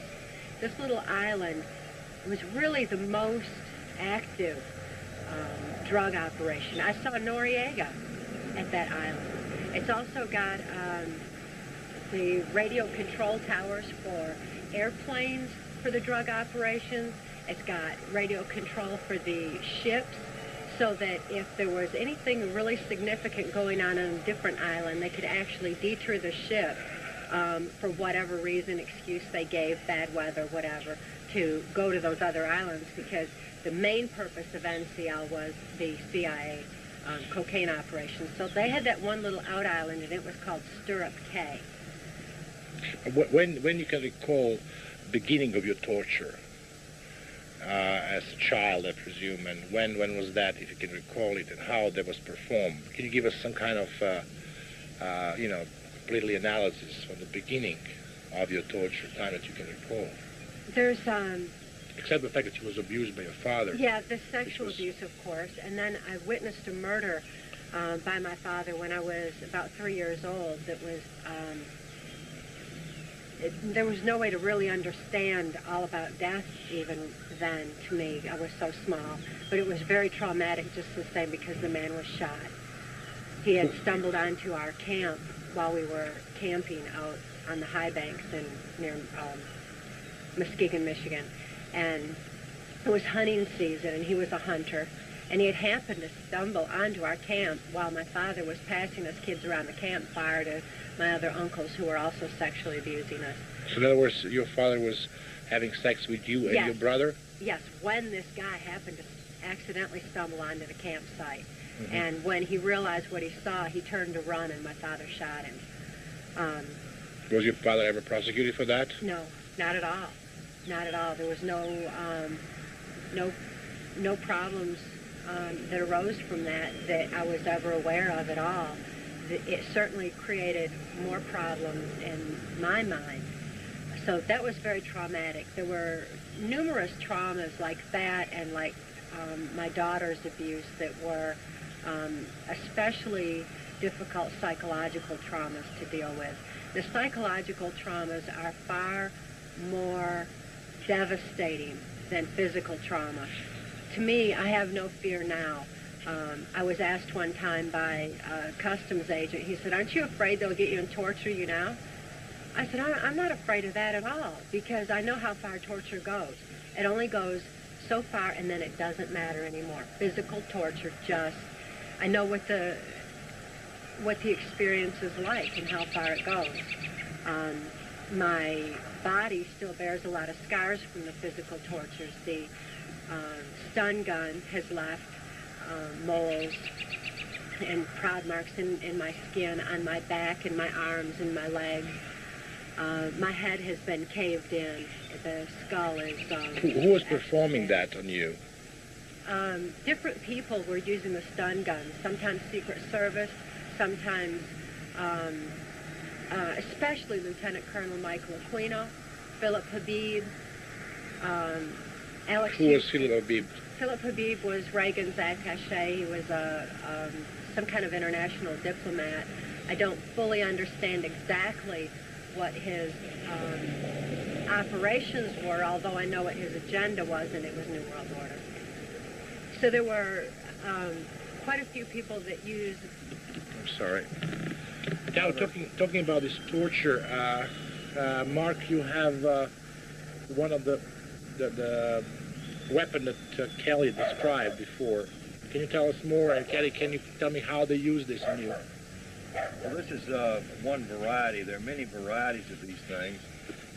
Uses usually a 9-volt battery and converts it from 100 to 210,000 volts DC current. It's quite powerful. You can see the blue spark there. Mm-hmm. And what it does is it instantly constricts all your muscles in your body to where you have no ability to holler, to make a noise. All you do is go straight to the ground. Mm-hmm. Or if it's done very quickly, you'll see like a flash of light in behind your eyes. How did it affect you, Kelly? How they performed this on you? It was the same thing they've been using on you? Yes, that's one example of it. There's another cylindrical kind that was used internally. It was a vaginal prod that was, I think, a lower voltage, so I was more aware or could feel the pain of it, whereas if I was hit with a higher voltage stun gun, it usually was a matter of things going black and going down. This creates flu-like symptoms. You get after about 10 seconds of administering this, what you wind up having is someone who is usually constricted on the ground. They're disoriented. They do not know where they are. They don't know what time of day it is. They don't know anything because their brain sugar has instantly been reduced to the point to where they're delirious. If you hold it on much longer than 20 seconds, all you're going to do is the person is going to be out for several minutes. And when they do recover, their mobility is impaired to the point to where they can't fight, run, do much of anything. My other question is to you, pointed out, Mark. One of the people asked me a question, one of the editors, why you don't publish your book by some publisher. Well, it was a very interesting question that I would like you to have today respond. I could not get the answer because we didn't know each other so much. I believe your story from the beginning, and I would like to have this answer from you. In the United States, there are laws which protect so-called freedom of speech, particularly if you are a party to an action. And since I was a party to this action, and since I had been threatened and the threats had been documented, the threats coming from the federal government or representatives of the United States government, it made me a party to the action of exposing this atrocity. Had I permitted someone else to publish the book, and we had many publishers that were willing to publish it and pay us well for publishing it, I would have lost the ability to have maintained the content of the book itself, and I would also have lost the book itself. There have been several people to publish books similar to what Cathy and I have published, and the CIA just simply comes in and buys the rights and buys probably the books to cover up people and literally removes them from the shelves of the bookstores, and that's the end of it. There's no more available.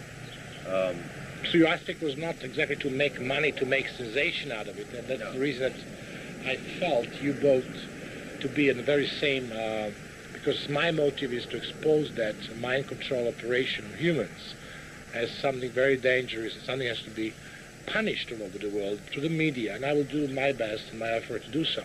But I'm very glad to hear that kind of answer from you, that you are not particularly gain was to get money out of it and to be a rich man and to get out of it. At several points in the past 8 years, Cathy and I could have sold our story, and if we agreed to be silent, we could have sold it, and she would have had enough money to have lived off of the rest of her life, and I could have recovered my life I invested more in this than anyone would be willing to pay me, frankly, because I was willing to do it, and I did it willingly. But there's no amount of money that can silence us.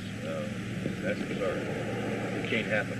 Another aspect that I noticed is, as a man who is following now, we became friends, and I'm really very much listening, and I really appreciate your company, was the way how you met together, and the way that you simply dedicated your future life to something that you didn't know about, what will be happen out of it, something that is very dangerous, but your probably inside soul and inside instinct tells you that maybe that is your dedication to the humanity that you somehow to your previous job didn't get as satisfactory, I believe. Well, as you know, during the late 60s and early 70s, I was exposed to, as a United States Department of Defense subcontractor, I was exposed to some MK Ultra or mind control experimentation, legitimate experimentation that didn't involve torture. It did not involve any sort of trauma. It was more in line with rehabilitating criminals and people involved in mental institution settings. Also with apes and dolphins. Behavioral modification programs is actually what they were entitled. But what I learned from those experiences and from what my own research led me to believe was that mind control, or external control of the mind, was perhaps the greatest threat to mankind's survival. Certainly it's the last freedom that we have that is not currently being encumbered on a mass scale. It is encumbered on individual scales, like Cathy is telling you. But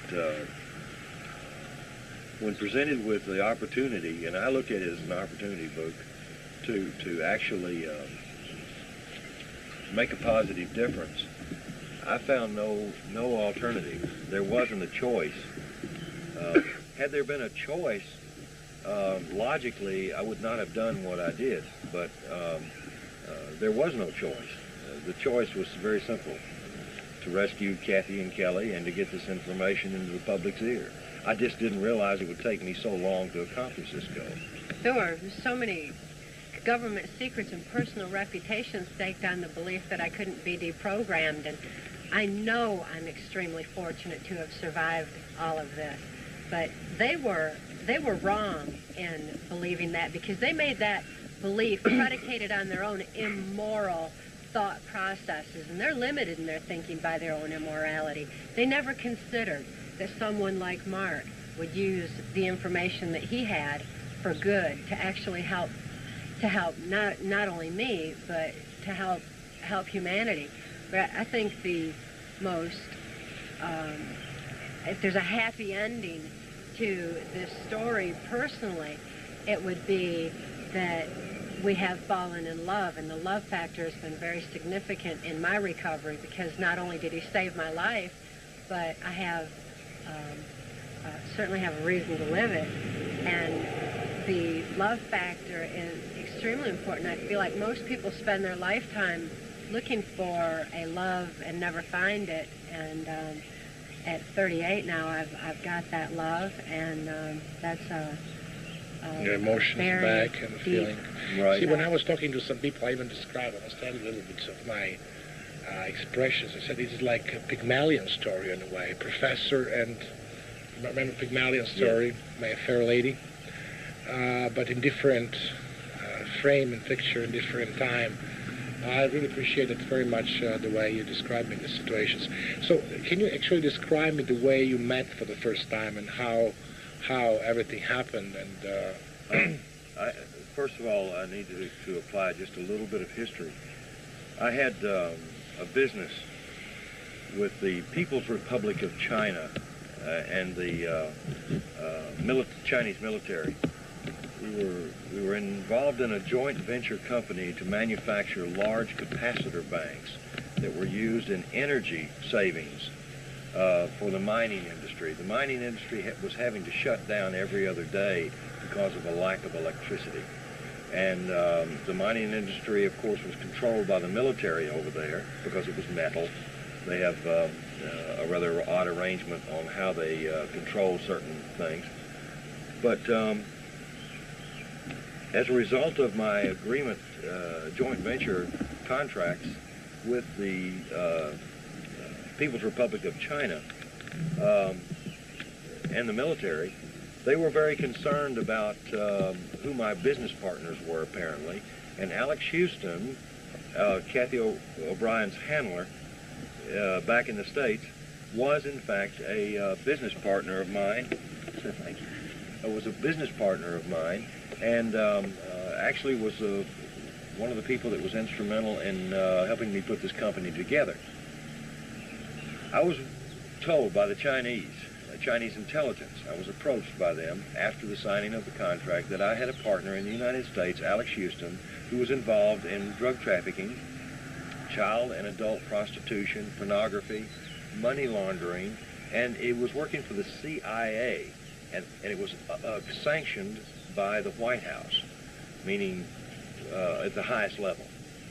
Which hotel was that? In China? In which place? In China, you remember? I have the pictures. I'm not sure. Yes, I am too. It was called the International Hotel in Beijing. Is where actually this meeting took place. A secondary meeting took place at a facility in the Shenzhen province in southern China. But the Chinese offered to provide me the funding to buy Alex Houston out, which they provided it. Not only did they give me a $1 million letter of credit through BCCI in New York, but they also provided me with cash to purchase Alex Houston stock. I returned to the United States. I bought Alex Houston stock. I contacted a general friend of mine because of the words mind control being introduced into all this conversation that I'd had with the Chinese intelligence officer. And I explained to him what I was up against, and he told me that mind control, as I knew it from the 60s and 70s research, was fully operational and was saturating the private sector. In other words, the civilians were being abused with it. Well, it was at that point... It was your friend from CIA who told you that? Actually, yes, he was CIA, but he was also a high-ranking military official in military intelligence. His connection to the CIA at that time I was not aware of. I've only recently learned that he had CIA connections. He was U.S. military intelligence, which is a separate thing. But this gentleman had tried to convince me that people like Cathy were not helpable, that there was no help available for them, and that once I got her and her daughter out of there, I would just have two insane people on my hands, and I could not possibly help them, even with the knowledge that I'd acquired on this topic. But fortunately, this friend was wrong, because he put me in touch with some other people within U.S. military intelligence who were very cooperative in giving me the information I needed to not only get her out, but also to help put her back together. And so they've been also very engaged in this yes. Operation, and yes. They knew the technologies and the programming in a way. Yes, sir. And that's what they provided me as far as the tools to work with. And after working with Cathy about 9 months in Alaska, she had reached a point to where she was not dissociating or going into any sort of trance. She was quite competent, and I felt could withstand the rigors of cross-examination by the federal authorities. So at that point in time, we began in earnest reporting what she had experienced with the proofs that we were able to acquire, which were very limited at that time, and the documents and testimony, which was extremely limited, just to what really I was able to acquire over a few month period of time. We began to supply that to every single law enforcement agency in the United States that could impact this case, to get it before the people necessary to have it properly investigated and have these perpetrators charged. But we were stopped for reasons of national security. Now the bad guys or the perpetrators, the ones who abused she and her daughter and so many others, are hiding behind the 1947 National Securities Act. The National Security Act is not a necessary provision in our protection of government secrets. We had the rules of ethical military conduct, which protected our nation's secrets since its beginning, and it was quite adequate. What this National Securities Act does, Boog, is that it protects perpetrators at the highest level for any activity. They can do anything. They can run drugs for money. They can have secret parts of the government that they're funding with drugs and other illicit profits. And it's all done under the guise of national security, and there's nothing that a citizen can do as far as getting it into court. At this point, we keep raising the question in Kelly's case, what does national security have to do with the rape and molestation of a child? Because Kelly has been literally a political prisoner in the custody of the state of Tennessee. She's denied rehabilitation due to the political prominence of her CIA MK Ultra abusers. She's waiting for the peace of mind that I know comes with recovery. She's waiting for the day that she'll be free to be herself, and that she'll be free of this blanket of national security that's been allowing for the proliferation of the violation of laws and rights in her case that are, it's absolutely intolerable and it's blatant. She's been a political prisoner for over 5 years, and we're looking forward to the day when we can get the information out on a wide enough scale that Kelly can actually be helped. Do you believe that, I'm very happy and delightful that tomorrow we're going to meet Kelly, and that we'll be able to talk to her, and you told her that I'm coming, and I believe that we'll have a nice time bringing her for the first time out of this facility. Yes. Do you believe, Mark and Cathy, that there is some help for her, that someone will be able, with full knowledge of that destructive technology of controlling of human minds, to work out also with Kelly, even if she was exposed to the project? There's no technology available in the private sector. Civilians have not been given that technology. In other words, the psychiatrists and the psychologists that are in this country and abroad, I don't know of any of them that have access to the technology that is required, that I'm aware of, to help Kelly. What is the major difference between Cathy's case and Kelly's case? It's the amount of scarring on the brainstem that occurred prior to age 5. Cathy was abused sexually, physically, and psychologically and behaviorally, but Kelly was abused through the use of technology and chemicals. Kelly's abuse goes much more pronounced. The brain damage is much more extensive, and Kelly has a wonderful chance for recovery. A wonderful chance. She's extremely intelligent, for one. If in fact we can force this government to at least, and this is what all of this is about, to at least release the equipment that I know is available that would put that child back together, so that she could be a normally functioning adult. In the meantime, we've nurtured her on a soul level, at the very essence of her being, with love, understanding, and compassion, and also been able to give her an insight and understanding of herself and why she's in the situation that she is, rather than recovered, because her own desire to recover, her own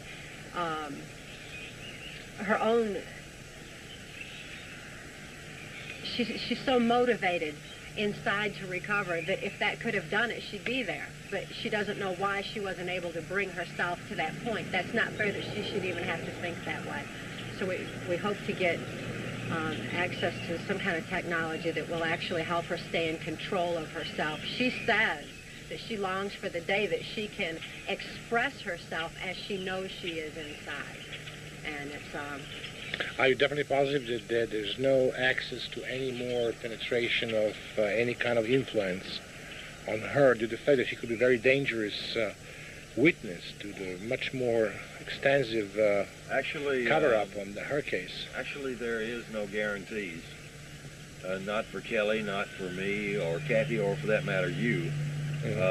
But with as much publicity as this case has been given over the past 5 years through law enforcement, legitimate law enforcement, and legitimate mental health in this country and abroad, I would say that the chances of them abusing Kelly at this point are slim to none.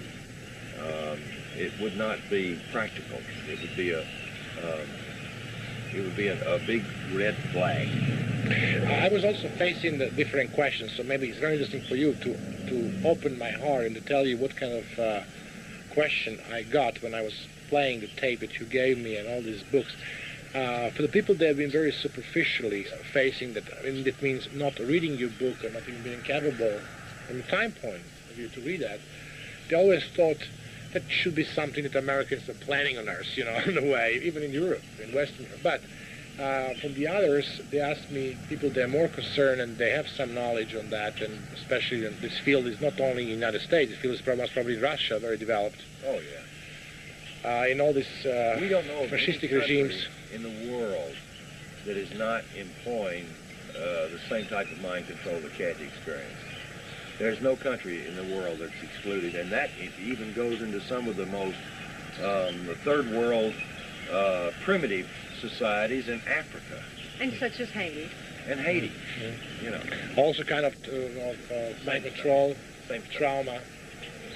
So now most people say how you're still alive, how knowing the fact how CIA is effective, and as a matter of fact how easy. I was facing a situation in my lifetime when I was working on Kurzweil, probably the most dangerous espionage affair in the world, by now, of being threatened and being even tortured one time, and lucky enough I survived that torture. But on the way, knowing such methodology of killing, to kill the person, to eliminate the person, you just need a few experts on that. What kept you alive through these years?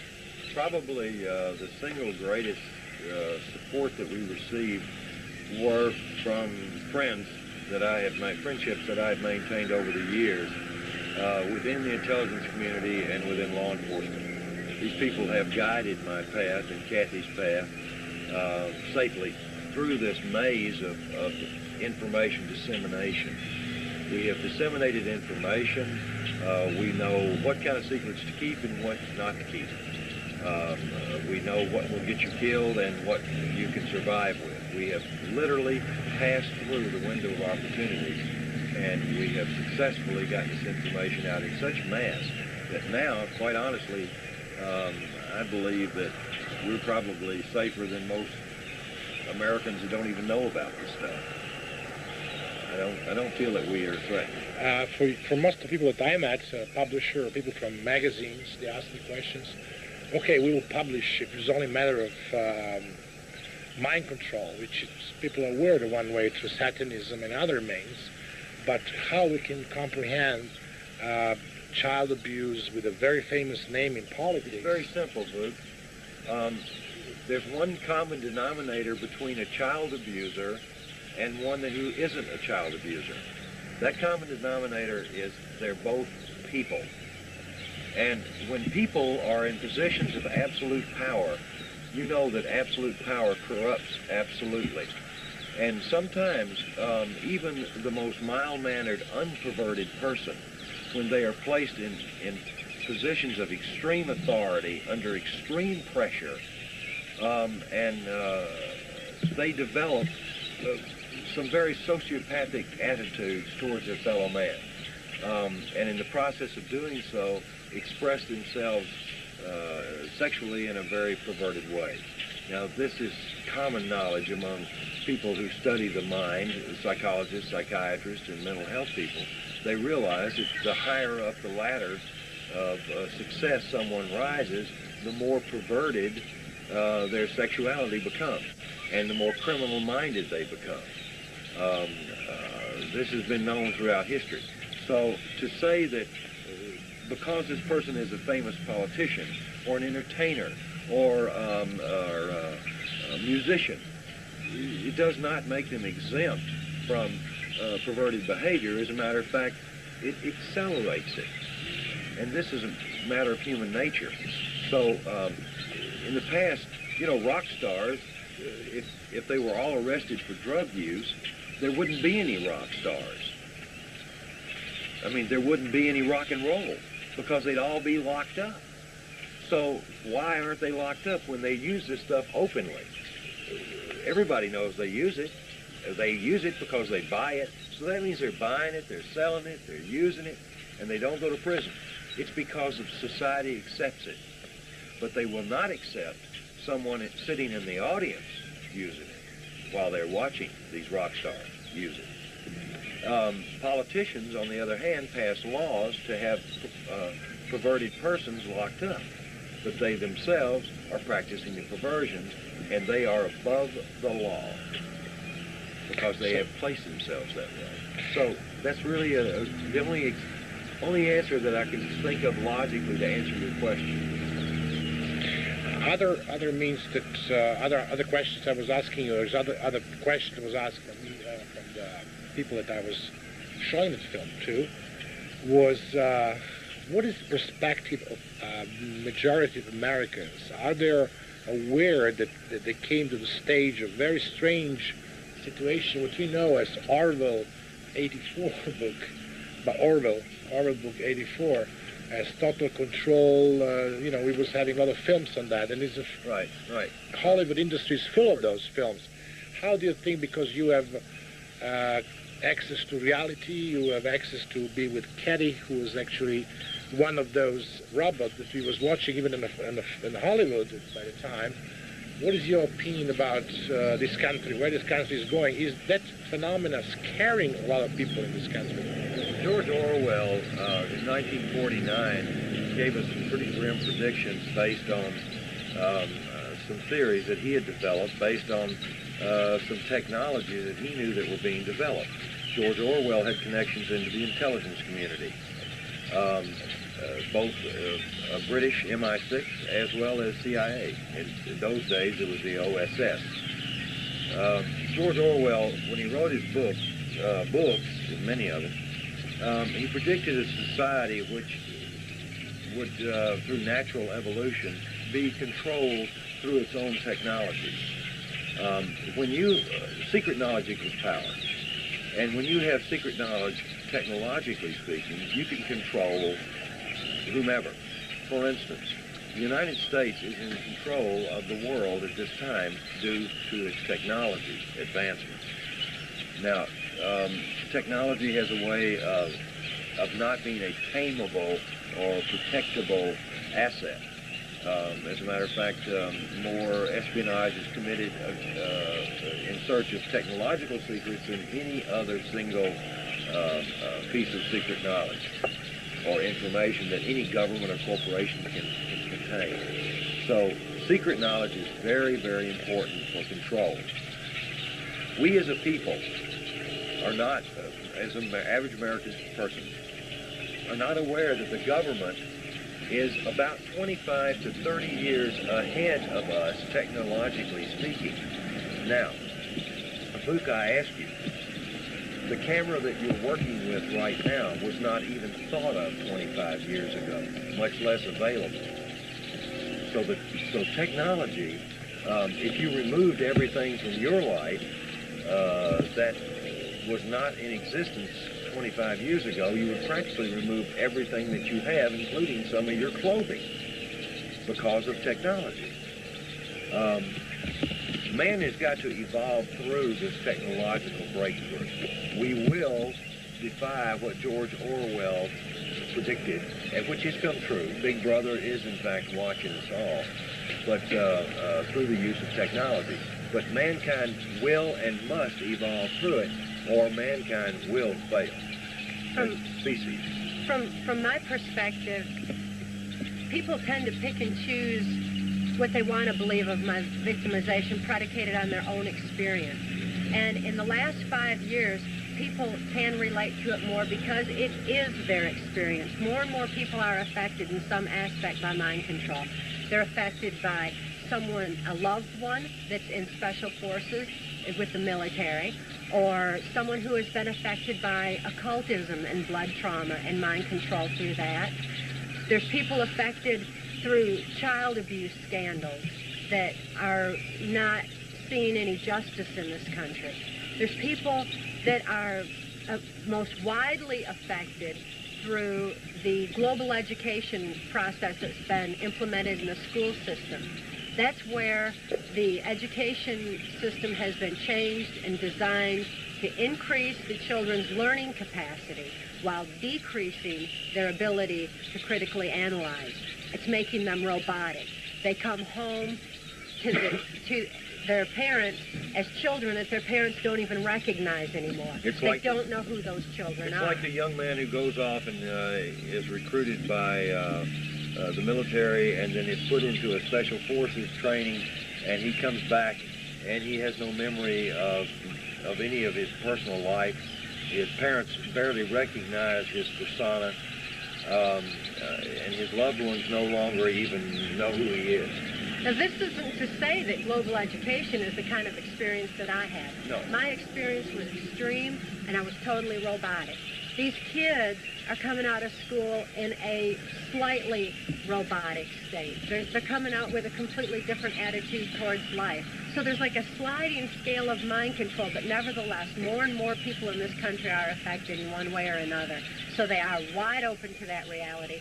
Plus, with the erosion of our constitutional values, with our country having been just completely eroded morally and financially, people are opening their eyes a little bit. They're beginning to ask questions and demand answers as to what went on, so they're more ready to accept the information. Our government has created total chaos in this country by flooding the streets with drugs. That's drugs that are addictive, drugs that are debilitating, and drugs that will capture all of the not only disposable incomes of the lower class, middle class, upper class, but also their entire life savings. And they know that the CIA is involved in the drug industry. I don't know anybody that doesn't know that in this country.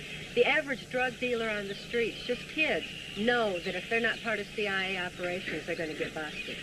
So that's the word on in the slums to the kids that are selling drugs on the street corners. So people are aware that there's a big problem in this country. So what kind of society is a society between slaves and masters, or which way are we going to? Which way this government is Take bringing? a look back in history and see what Adolf Hitler's vision was for his New World Order, and that's exactly what we're headed into. Unless we get the information out. The only defense against mind control is knowledge. They have been operating on the idea that secret knowledge equals power, and in fact that has been true. We need to tell those secrets. That's why Mark and I have written the book.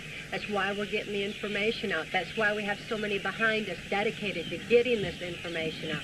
People have a right to know and a need to know this information for the sake of humanity as we know it.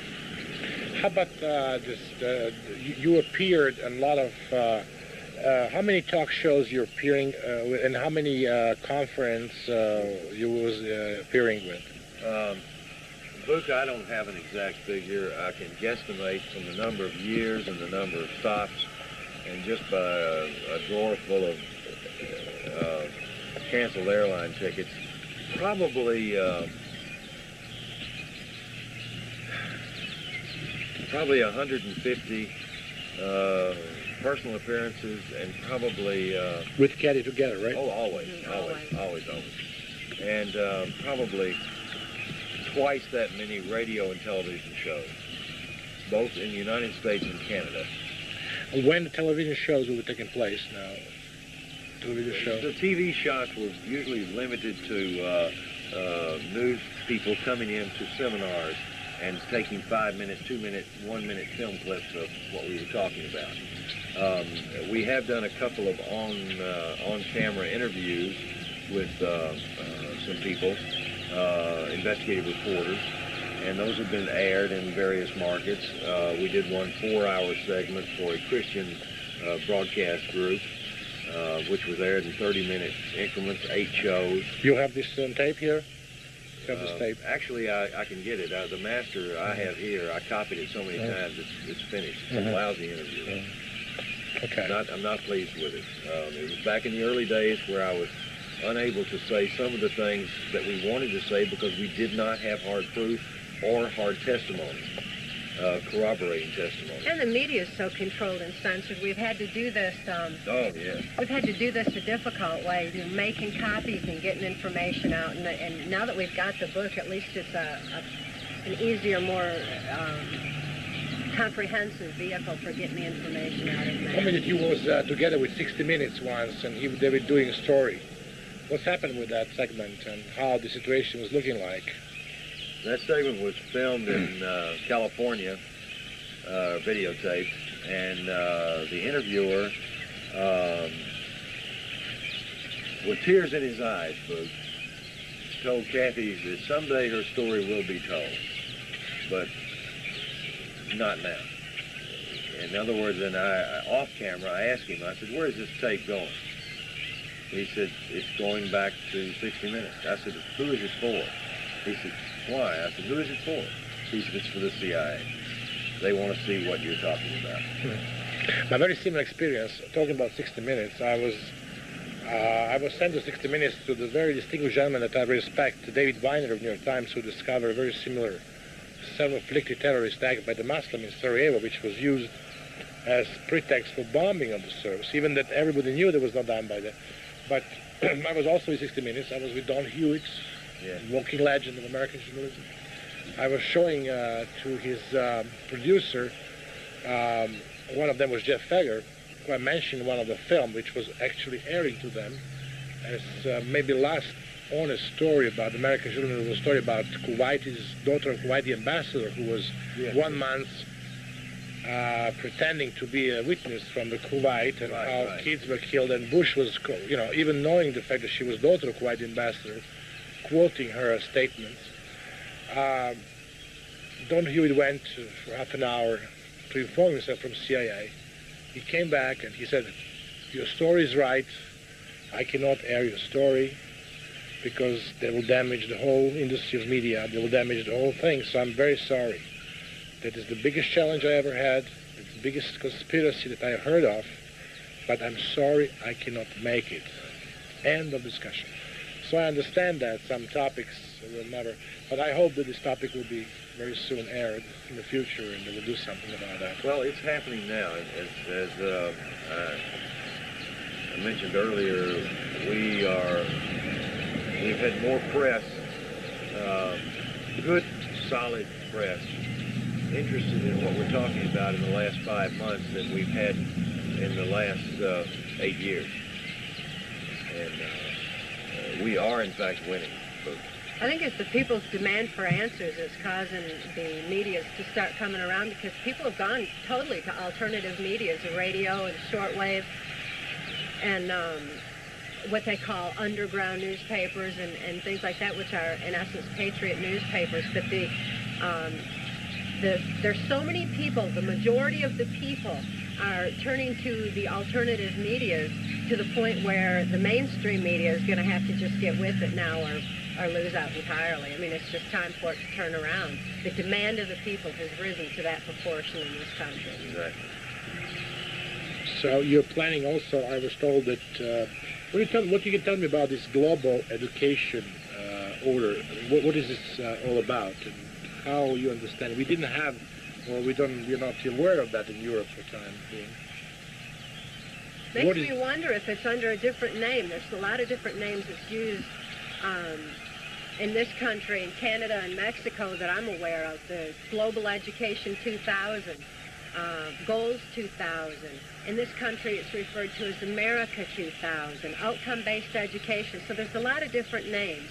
But in essence, it's a form of teaching that is a method of teaching through computers and headphones that affects the subconscious more directly. The same stuff we were working on in the 60s and 70s for NASA, so that astronauts could remember everything that they saw while in space.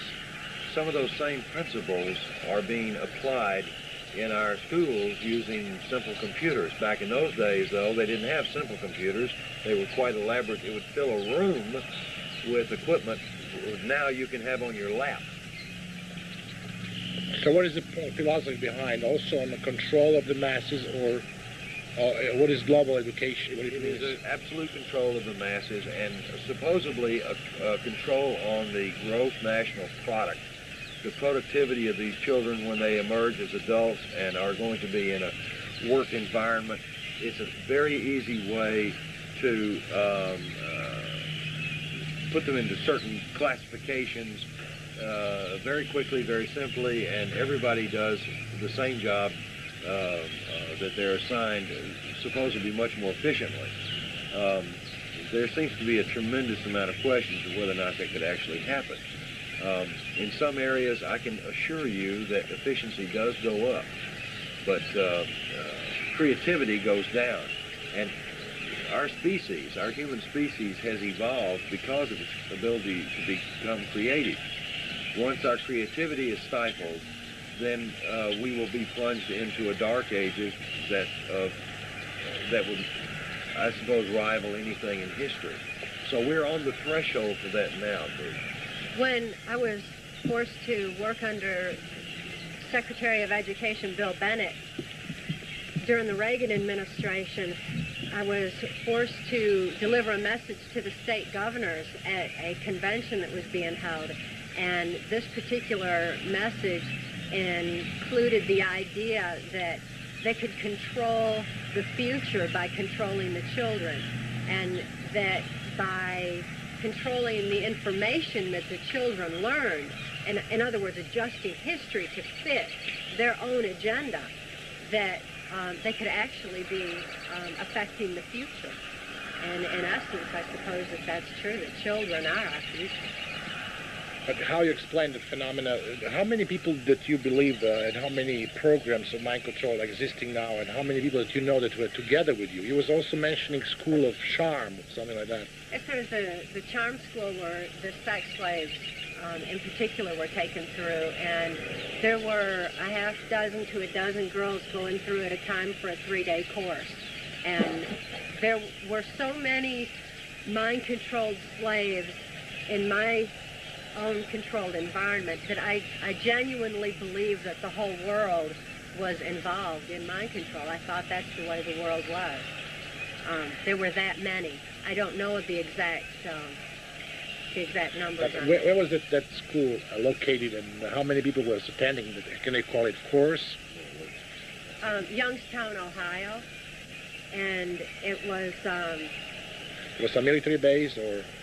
No, actually it was part of the university area, and it was an old museum-type house that was used by a banking family here that's quite affluent, the Mellon banking family.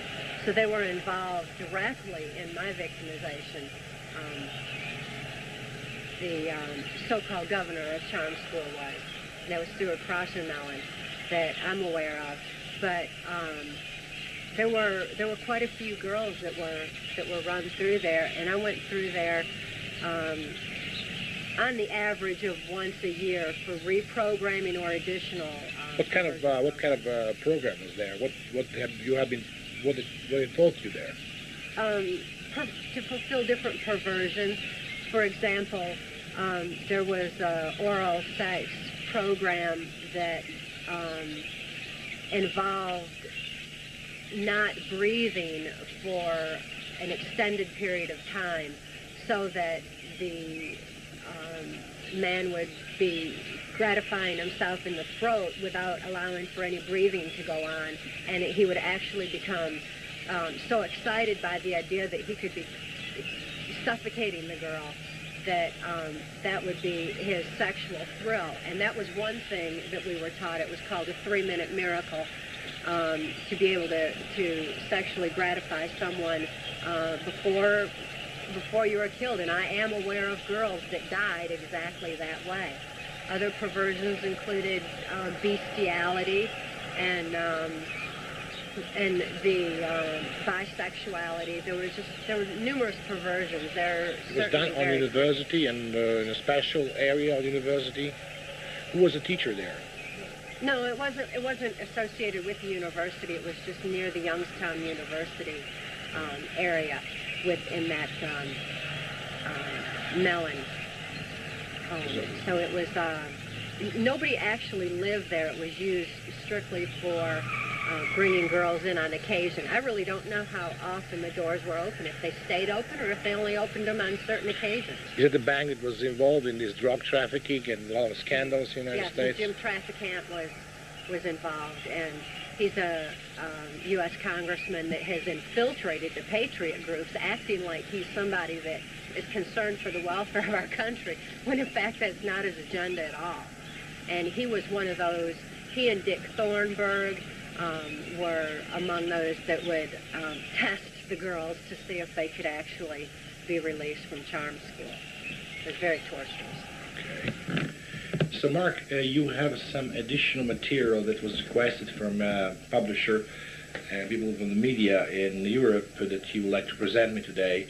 What material are we talking about that you'll be giving, supporting your book and your thesis?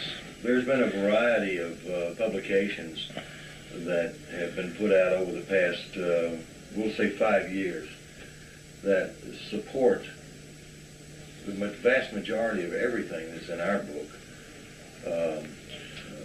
A General Russell Bowen wrote The Immaculate Deception, subtitled The Bush Crime Family Exposed. He goes into Bush's worldwide oil deals, his arrangements that he has made with the Arab world, his cocaine business and drug business out of the Far East as well as out of South America. General Bowen worked for George Bush, and he worked for the CIA for a number of years and actually believed that he was importing drugs to be distributed in the Soviet Union. He felt like this was part of the psychological warfare that we were waging against the Soviet Union. He did not realize that George Bush was actually putting these drugs on the streets of America. And when he did, he began to testify against his own government, and as a result wound up being imprisoned himself. Now, Russell, or General Bowen, is now living in Peru. He moved about 5 weeks ago. He moved actually the third week in February of 1996 of this year. But he did produce a wonderful document called The Immaculate Deception. And like many other books that describe what Cathy O'Brien experienced at the hands of our government as a slave in the drug muling and prostitution business, she also had provided facts actually before General Bowen wrote his book. She provided the facts to a number of persons that are familiar to me, both in military intelligence and within the CIA. In addition to just this one book, we have probably our largest single files are medical documentations. There are literally thousands of pages of medical documentation where the psychologists and psychiatrists that have examined Cathy O'Brien and her daughter have all confirmed what we know are the findings.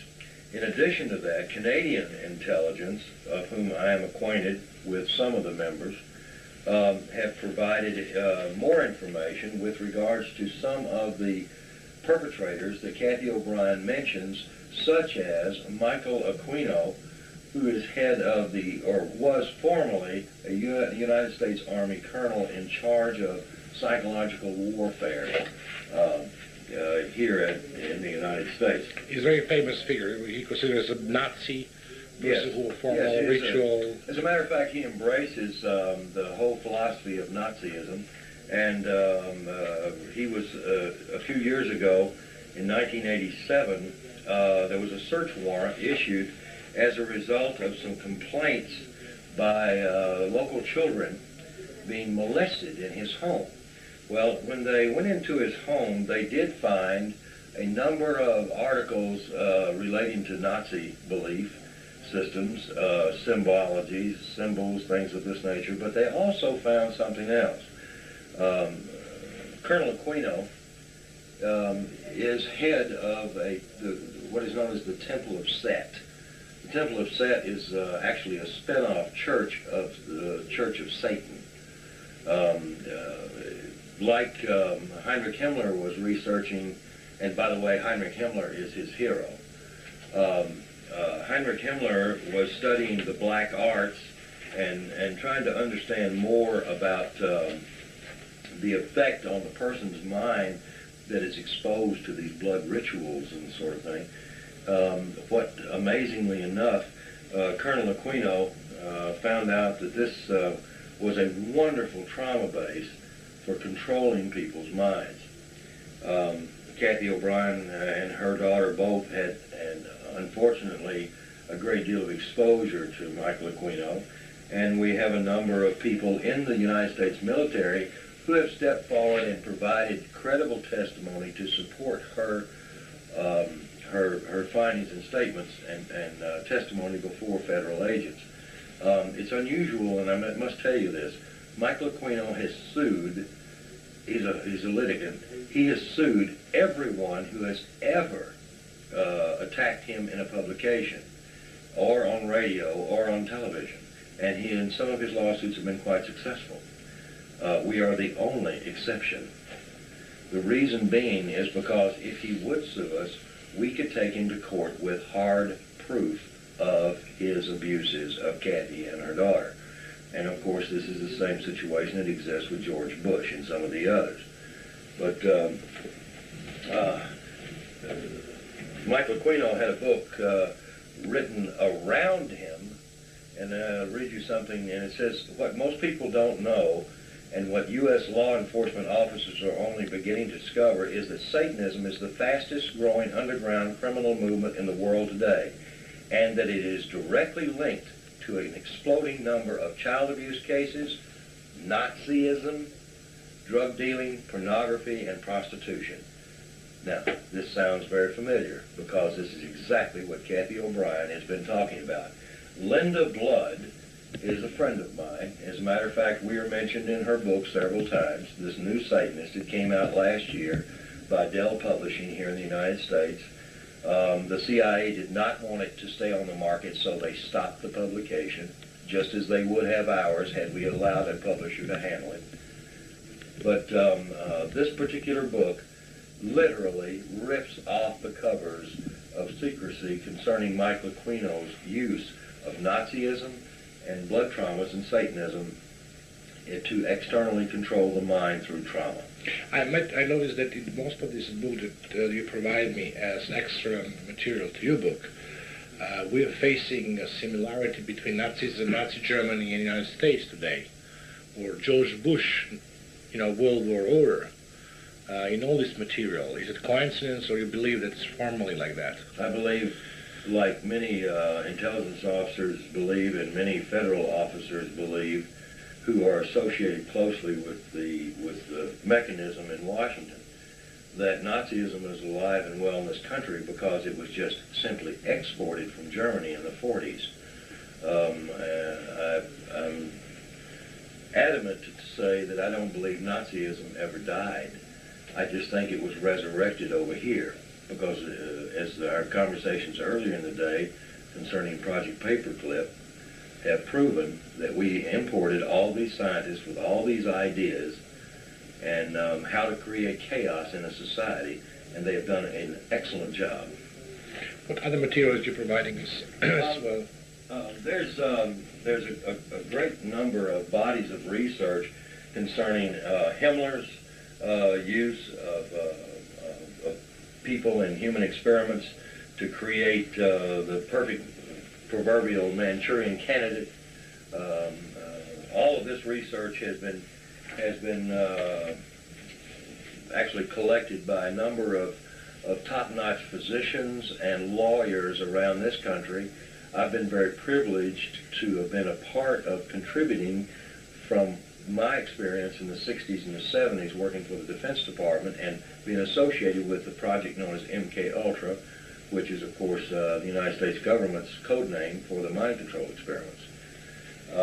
In addition to that, there are, and this is some of the lawyers' briefs about what they have discovered so far as the secret government goes in our country that is actually undermining the efforts of every good person in this country. The Mormon Church, of course, is highly affected, much like the Catholics are, because their belief systems have actually been. Here's an article here. Top Mormon officials probe member allegations of satanic abuse.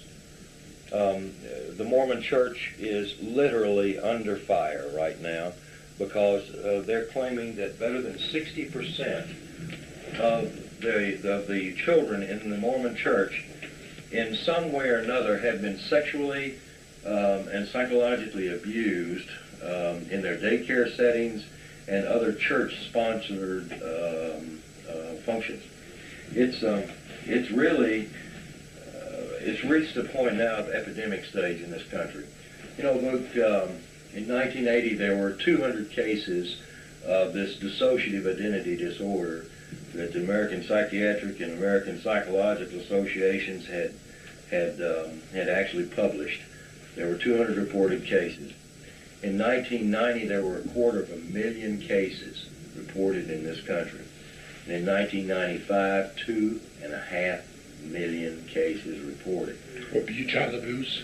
No, of multiple personality disorder, or what is known as dissociative identity disorder. That's what Cathy O'Brien and her daughter suffered from. Anywhere publicly numbers that you were mentioning now? Do you have any quotation from that magazine, scientific magazine? Yes, the American Psychiatric Association is the one who compiled these figures from their group of participating psychiatrists across the United States, and actually Canada too is included in the studies. I could understand logically putting all these facts, analogies together, that we're talking now about mind control operation on a big scale in the United States, Yes, which sir. scares me. Yes, Is that what you want to say? It's very scary. Yes, sir, and it is big in terms of numbers because, Luke, when you're talking about 2.5 million people, and the estimates are that only 1 in 10 are actually seen and diagnosed, you're talking about 20 to 25 million people.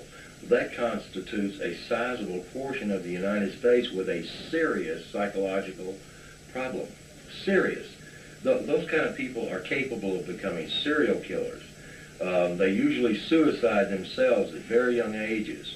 They themselves will be child abusers. They'll abuse their own children and not even know they're doing it. It becomes autogenic behavior. In other words, it's just a knee-jerk response system. In addition to that, you asked me a question. You said, is Cathy O'Brien the first person that has ever come forward? The answer to you then was no. There's been many, but only one has ever been considered completely put together and competent and had her case documented as well as Cathy's. And that was a lady by the name of Candy Jones. Candy Jones, this is a copy of a book that was published in 1976, I believe. And Candy Jones, let's see, well, yeah, 1976, excuse me. Candy Jones was used by the CIA as a prostitute, as a mind control prostitute. She had suffered sexual abuse as a child. Her husband was a prominent radio announcer in New York, and his name was Long John Neville. And Mr. Neville was quite successful in enlisting the services of friends within the intelligence community who actually persuaded the CIA to admit that they had been using this woman as a proverbial Manchurian candidate or a mind control slave. Well, other than Candy Jones, no one else the CIA has ever admitted doing this to. Even though they were caught in Canada in the early 70s, or actually late 60s, they were caught using a psychiatrist they were paying, the CIA was paying, to torture individuals at a particular mental hospital in Montreal, a Dr. Ewan Cameron. By the way, it should be noted that Dr. Cameron was the original founder of the American Psychiatric Association and was the man that our head of the intelligence community, Alan Dulles, in the 50s, put into the position of being in control of MK-Ultra. So mind control is not new in this country or any other country. It's been around for thousands of years. But the sophistication of it to this point has now reached such a proportion that people are seeing the results everywhere, but they don't see is the sophistication of the mind control itself. They don't recognize the symptoms that are being created in these people until it's too late. Walter Bauer, a fellow friend and researcher, wrote a book in 1978 called Operation Mind Control. Walter did perhaps one of the best bodies of research that has ever been provided, but unfortunately Walter allowed Dell Publishing Company to print his book, and the CIA, although they paid him quite well for it, bought all the copies up off the shelves and bought the rights to the book from Dell and took it off the market, because this information was much, much, much too powerful to be released into the private sector. What's happened to him later on? He was Walter himself had become a victim as a result of his research into this. The CIA had administered a very powerful drug to him and hurt Walter a great deal. But Walter has since recovered and continues his research. What was happened to him? You know him personally, so you yes, know what kind of drugs they gave him? They gave him a drug called ibogaine. Ibogaine is an extract from a vine that comes out of Brazil. And ibogaine produces characteristically a type of delusional behavior consistent with someone who is clinically insane for all practical purposes. And they will have good days and they'll have bad days. Walter had been affected for over 44 days. But tell me, he was married to the woman that was yes, he was married to the Mellon banking family. That same Mellon banking family, by the way, is one of the most powerful banking families in the entire world, and was originally put together with the Rockefellers, and they've been implicated in practically every money laundering scandal that this country's ever known, particularly involving George Bush and his drugs and the CIA. So the bank is closed right away, right? Oh, no. No? It's one of the most prominent banks in the world and remains such today. And he has to divorce this woman because the bank was actually covered up for the CIA. Is that correct information? He was divorced, and any money that he had had as a result of that relationship was gone. They took it away from him and left him penniless. I got reports from all over the world. Dr. Hans Gruber, himself a physician, or Hans Greitz rather, is indeed a victim of mind control by a cooperative effort of the KGB and the CIA. And he also has thrown another one into the mix called the Shabak, which is the Iranian intelligence gathering group. Dr. Greitz has been in touch with Walter Bauer and myself and some of the other avid researchers in this country for a number of years now. He himself is in a state of recovery. Unfortunately, in Germany, this disorder is not even recognized as being real. If you have it, they'll say that you have something else. They do not allow anything to be written on mind control. They do not allow anything to be published on government abuse of external control of the mind or behavioral modification. They won't allow any kind of term associated with it. There's a tremendous amount of information available on what has happened across the country and around the world regarding mind control.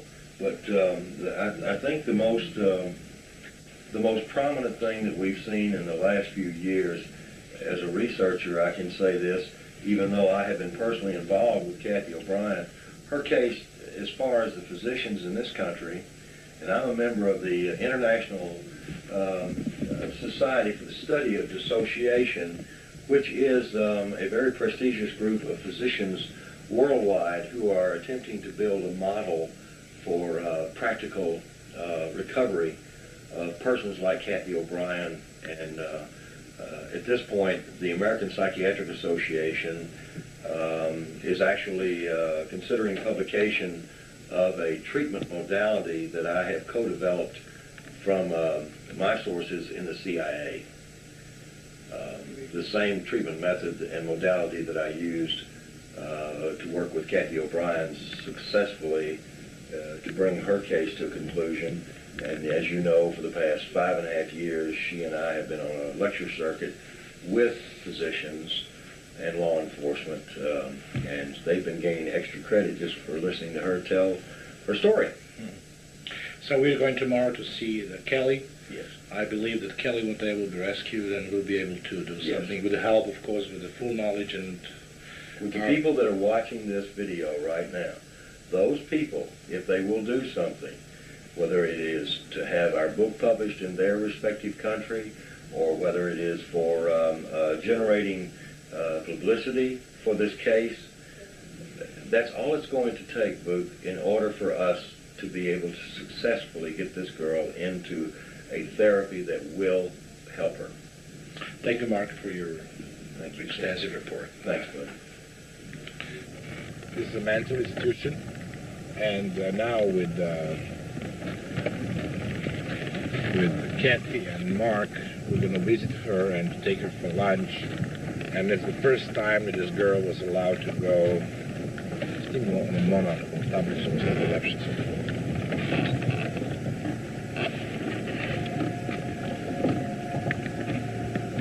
All right. Let me see all this. Make a shot around. I'm going to get her. Oh, that's the place? Yeah. It's a small place. It's huge. It's huge? Huge on the inside. It looks small on the outside. Oh, really? That place is enormous. It doesn't look more than maybe 2,500 square feet. I mean, it's 5,000 square feet in that place. So, can you tell us something about this place? The camera? The only thing I can tell you is that it's called a group home, and it's, you see that van there? That's a state vehicle. Mm-hmm. Unless you've got permission from the court, you can't go in there. It's a bummer. All those doors are electric. The windows are that material that you can't break. You know, it's a fairly secure place. So nobody can go out from the PP? Well, they do, but, you know.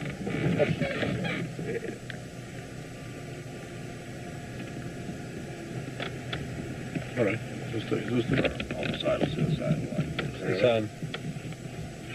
was Alex Spector also in the slaves? Yes. Arnold Spector had his own, and that was who Cathy was used with. They used her in commercial pornography, and that's now there's quite a bit of that commercial stuff out there still. Larry Flint did that stuff, and of course that was one of the reasons that woman's still alive too, because they would have killed her because they were afraid that she might begin remembering. She made a comment to me when we found her. She said, "Nobody would believe what I can't remember."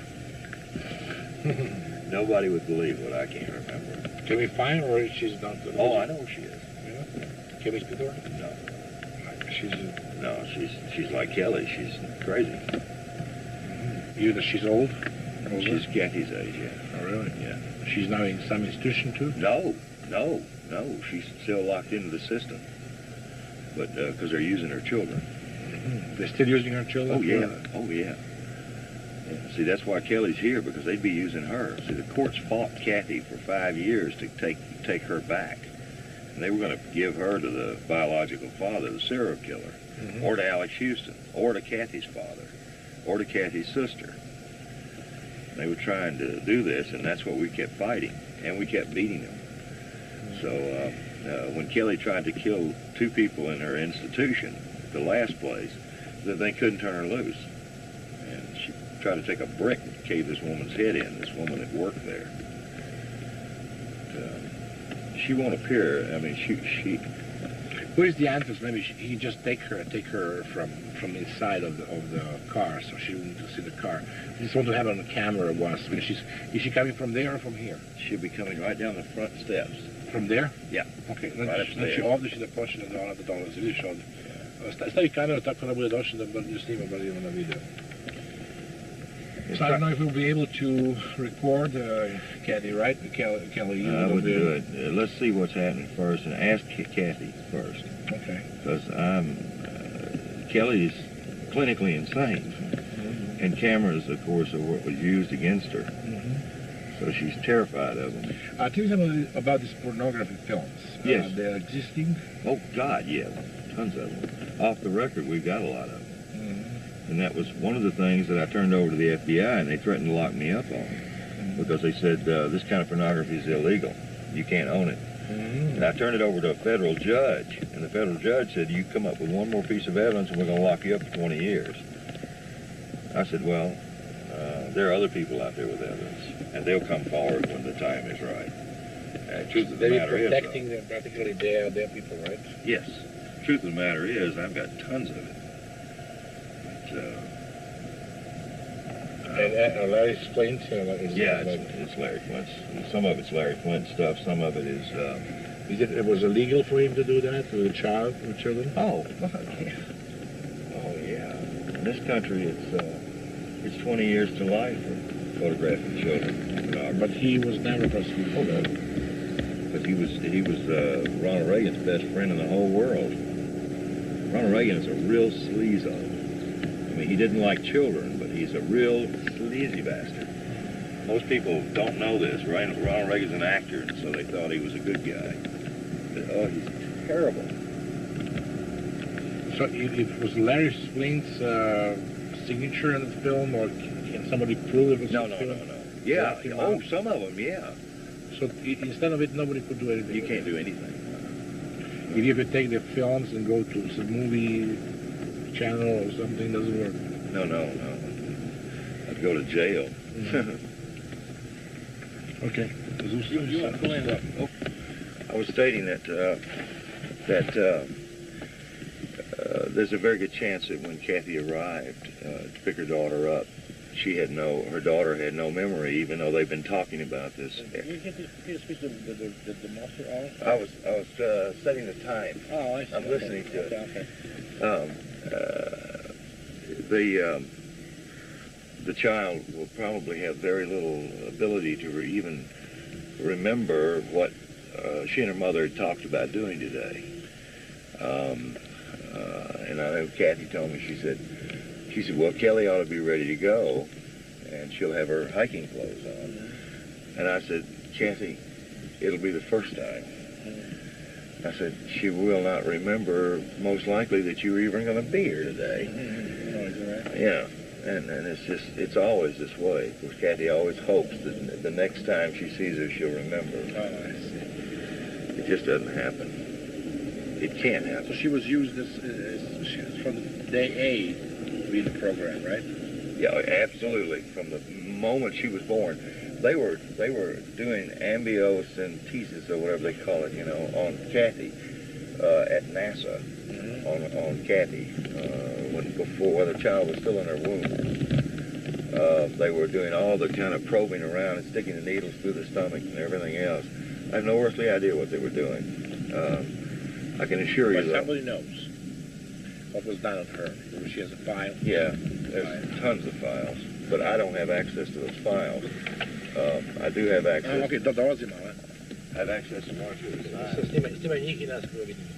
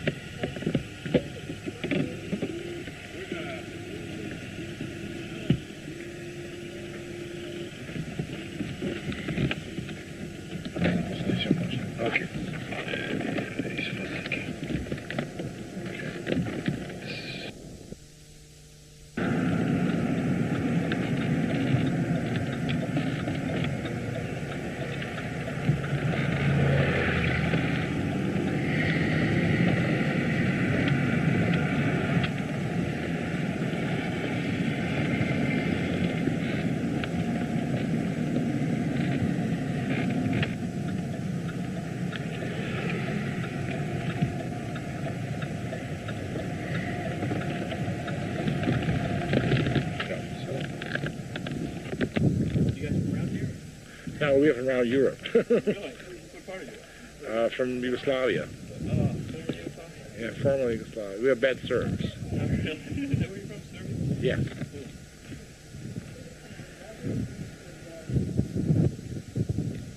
You guys just touring around the United States? He was born here, but I'm touring.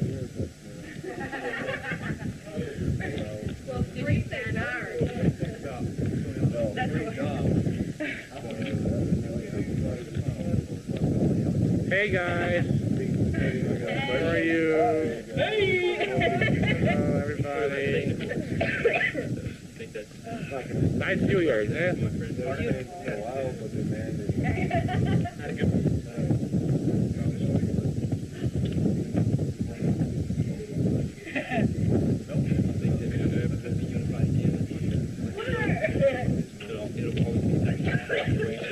Change my weed. I don't go back.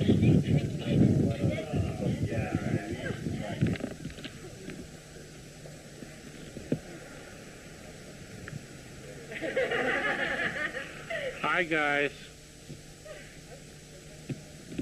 Hello guys. Say hi. Hello. Hello, we. Are you okay? Kelly. Hi, babe. Aloha!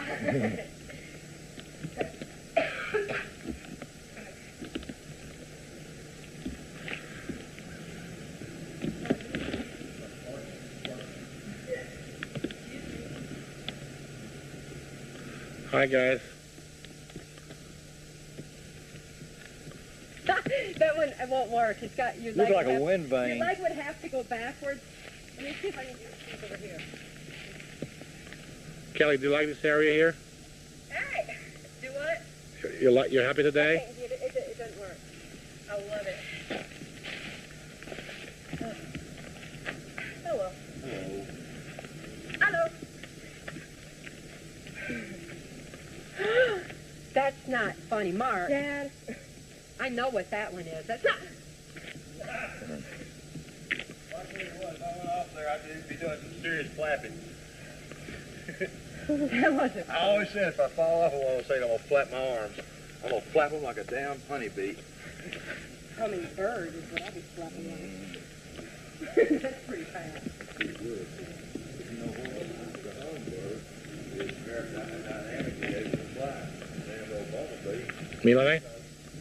Hi. Hey, how you doing, Luke? Okay. Yeah, because Milane did very good participation in our programming. The fuselage is I'm just relaxing a little bit here, enjoying the view. All right. body weight. In the air, they weigh nothing. Is that a tick, Dad? Well, Or is it a bug? It's just a bug.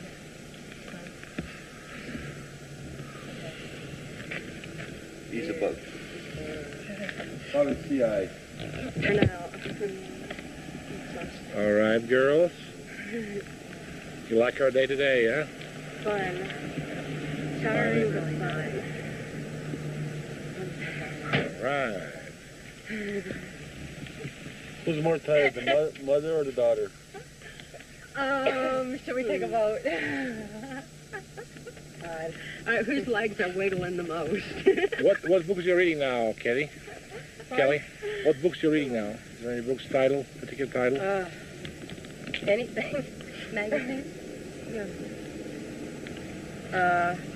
Extraordinary Science, Discovery magazines. I don't know, that's about. What's your favorite television station that you like the most? Oh, Discovery Channel. Really? By far, definitely. That and Comedy Central. Oh, really? What Comedy Central? Because they exposed Bill Clinton quite thoroughly, as if the rest of the world hasn't already done so. Yeah. Really? You don't like Bill Clinton? Pardon? You don't like Bill Clinton? Not really. He's kind of dumb. Hillbill kind of goes good together. How about the Hillary? Too manipulative. Right. Anybody that works for the United States of America, I can't really tell. I don't like most of them that much. For the new U.S., I can understand it. You believe there will be new U.S. someday? Something new? It's changing rapidly.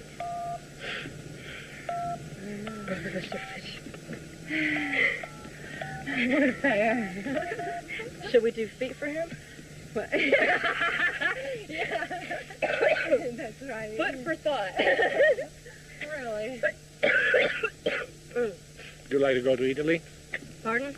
Would you like to go to Italy with us? Yeah, very much so. So we can make a study and do all these tours, Florence, Rome, I would love to Venice. visit Florence. Venice is the most beautiful. Napoli is beautiful. Naples, the most beautiful place in the world. What kind of? I'd love to go. What changes are you looking for most in this country and in your situation? To stop the manipulation of lesser people. And which way you mean? Which way manipulation? Do what? Which manipulations you're talking about? Anything from mind control to,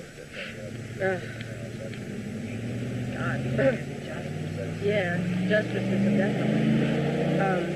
The control the state has over the whereabouts of children and the abuse that gets placed on them while they're in custody. Yeah, a separation of family. I always say the separation of families. How affected separation from your mother? How affect your life? Probably drawing us closer together, if anything. Exact opposite of what everybody else wanted to happen. Mm-hmm. Exactly. Do you remember anything from your, past life and abuse? Can you remember? Not much. I still have a block. There's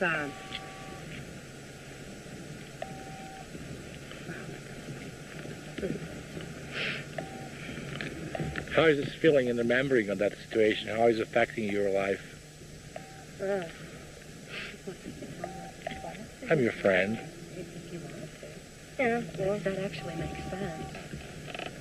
I'm just about to Yeah. I'm just about to reveal in all the world your story. The story of your wife. No. Sorry, you understood wrong. But on the fact to punish the people who did what they've done to you, to your life and to your emotion, to your. This is my goal in life. My father was in concentration camp by the Nazi, and he went. That's why I'm against every violation and everything in life. And I deeply, I think about you every day. So do you believe one day you will be able to remember everything, Kelly? Yeah.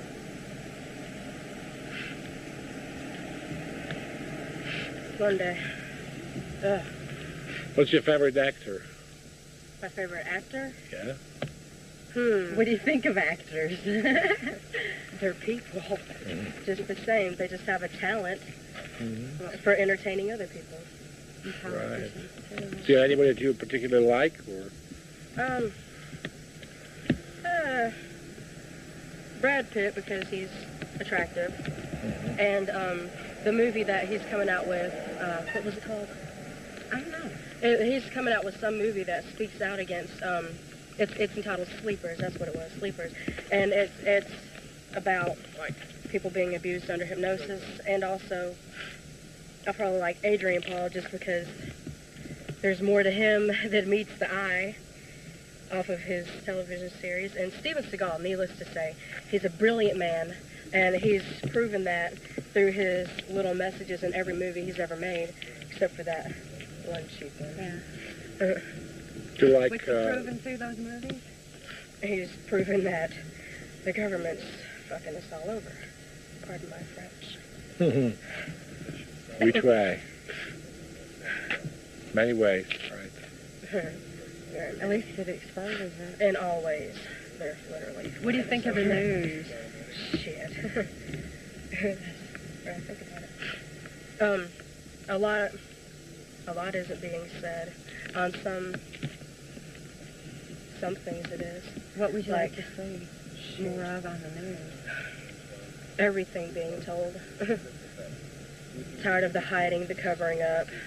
Power is in secrets. Without the secrets, there's no power. Secrets out. So you believe one day all the secrets will come out? Oh, definitely. We're more than halfway there. Halfway was admitting finally that something's up, period. Yeah.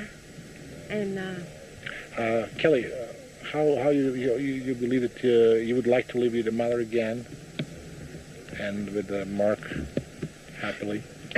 Hopefully sometime in the near future, like maybe this year, we'll be living together in a log cabin somewhere in Alaska. Oh, you like Alaska? Love it.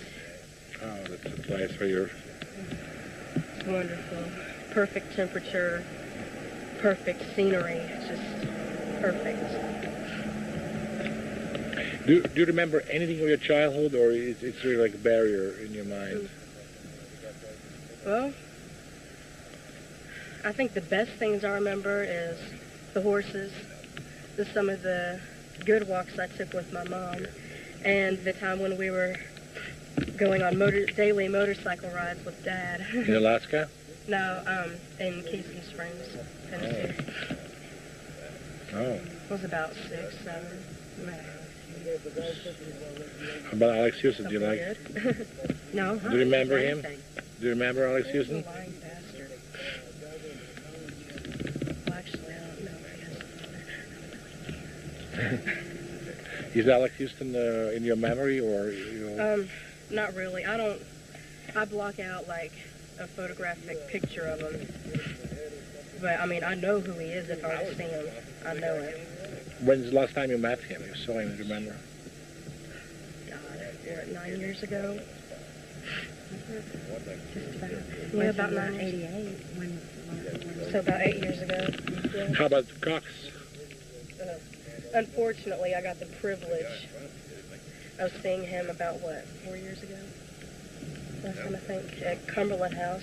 And I was physically restrained and forced to see him, and my head pushed against the floor because I refused to talk to him. That was a pleasant memory.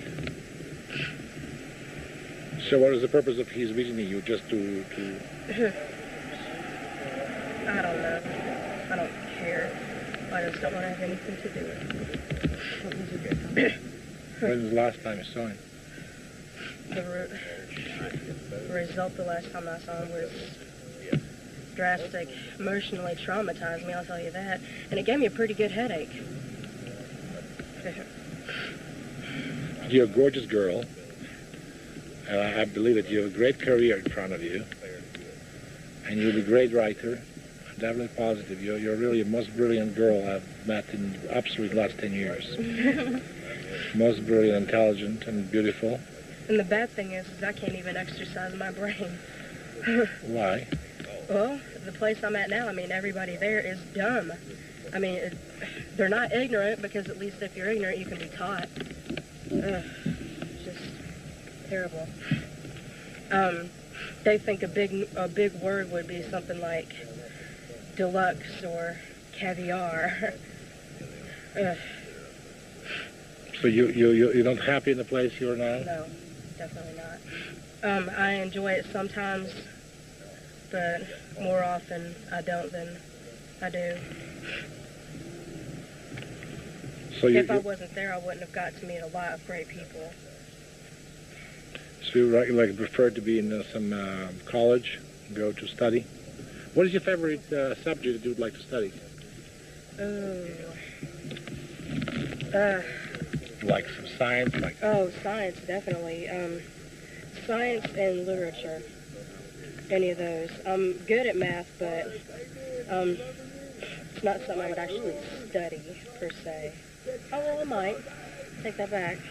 Because that ties in a lot to science. The two kind of go hand in hand.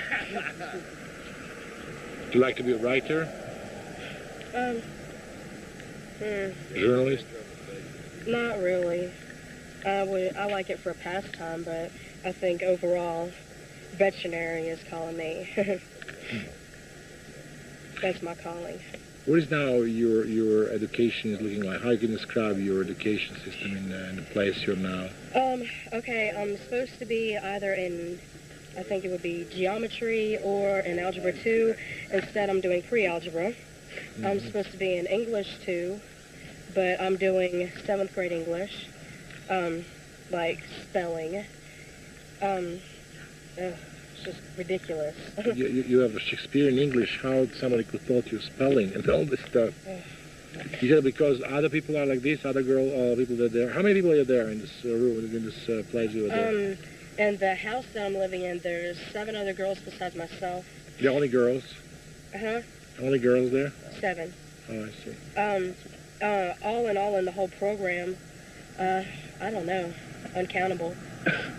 About a couple hundred, maybe. About 100. Somewhere in there. Oh, wonderful. So where do you have your studying? Where you go to school?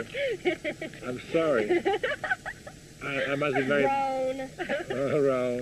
I'm sorry. Where do you have your teaching? Am I, did I say something wrong? Pardon? Did I say something wrong? I'm your friend, am I? Yeah, definitely. I like you very much. You're my friend for life. Definitely. And I would like to go with you and your father and mother to Europe and really enjoy in some beautiful areas. Sounds like a real good idea. Oh, yes. Definitely would like to do it. Yes. Right now, though, is this on? Oh, it's on camera. There's someplace else I need to go very badly. I do, too.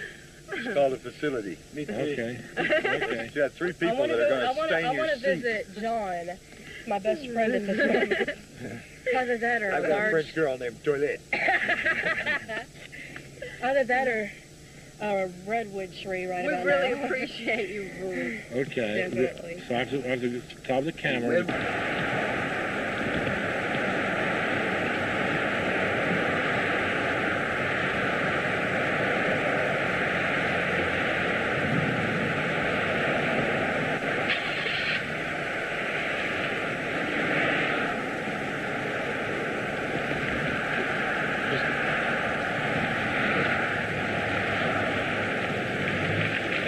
Mark, you have very particular place there. Yes. What it means is it's your program. Yeah, it's our.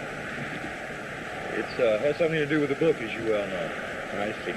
Okay, I stay with Mark and Cathy and Kelly. I met Kelly today for the first time, and I really appreciate my 2 days trip to Mark's and Cathy's home.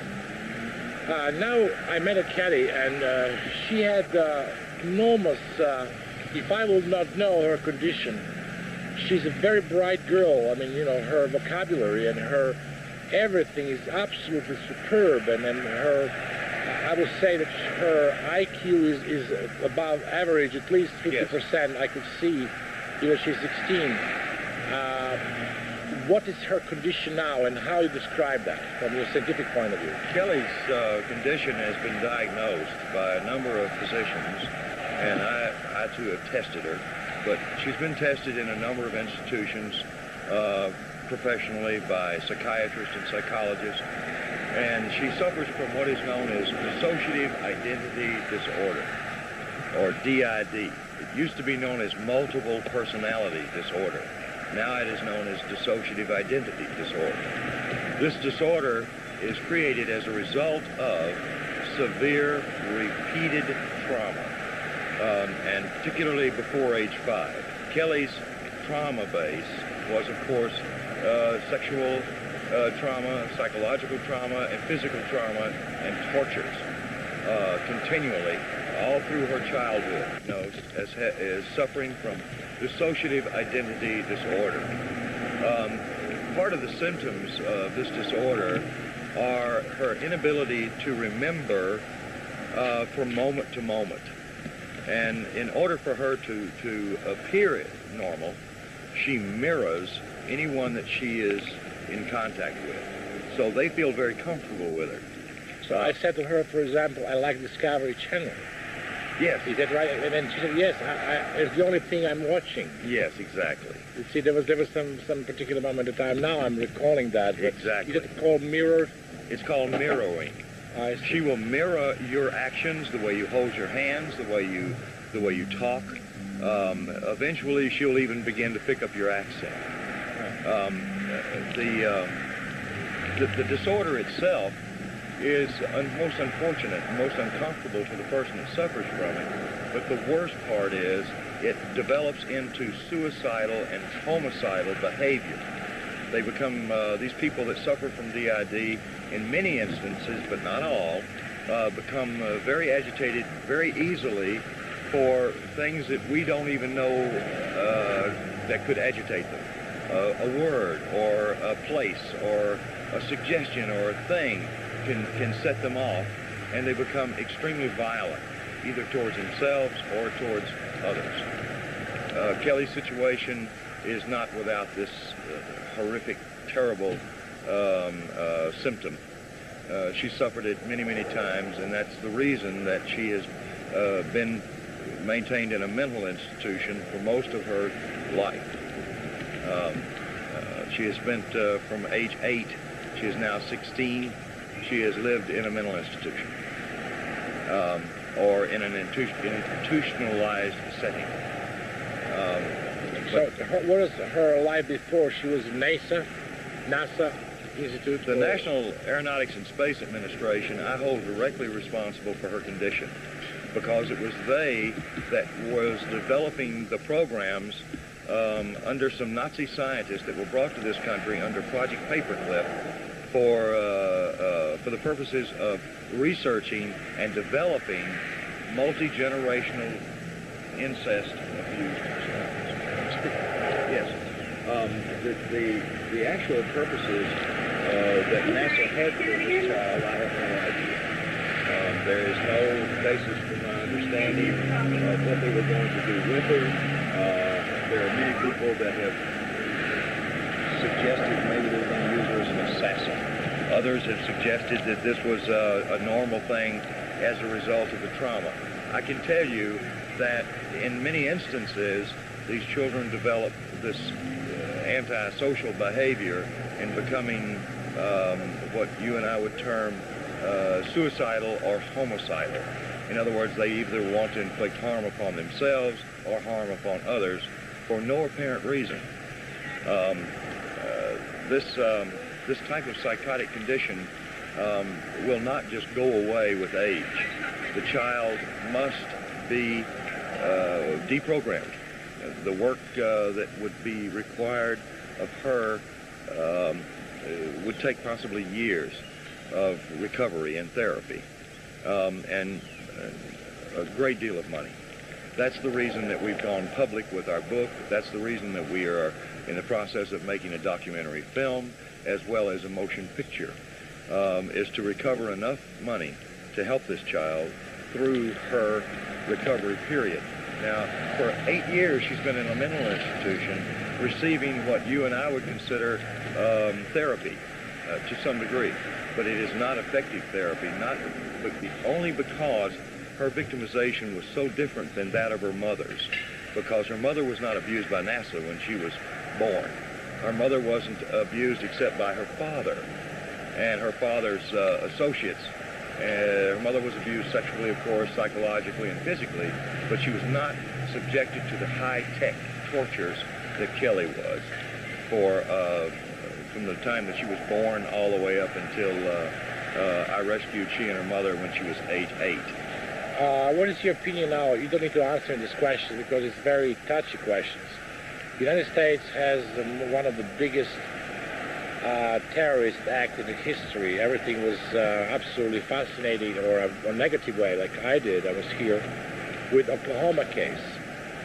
There's a lot of opinions. I spoke with Ted Garrison, who is one of the FBI star, a person who really had the best career in FBI, who quoted there was 2 explosions and Timothy McVeigh was. Do you believe that Timothy McVeigh was under mind control? I have no hard evidence to support my own theory. I've talked to Ted Gunderson on many occasions, and I've spoken with many other really qualified experts who have evaluated what sparse evidences there are available. And Vuk, I can tell you that based on what I have heard, I am left to only believe that Mr. McVeigh is a victim of mind control. But Mr. McVeigh, of course, admitted on camera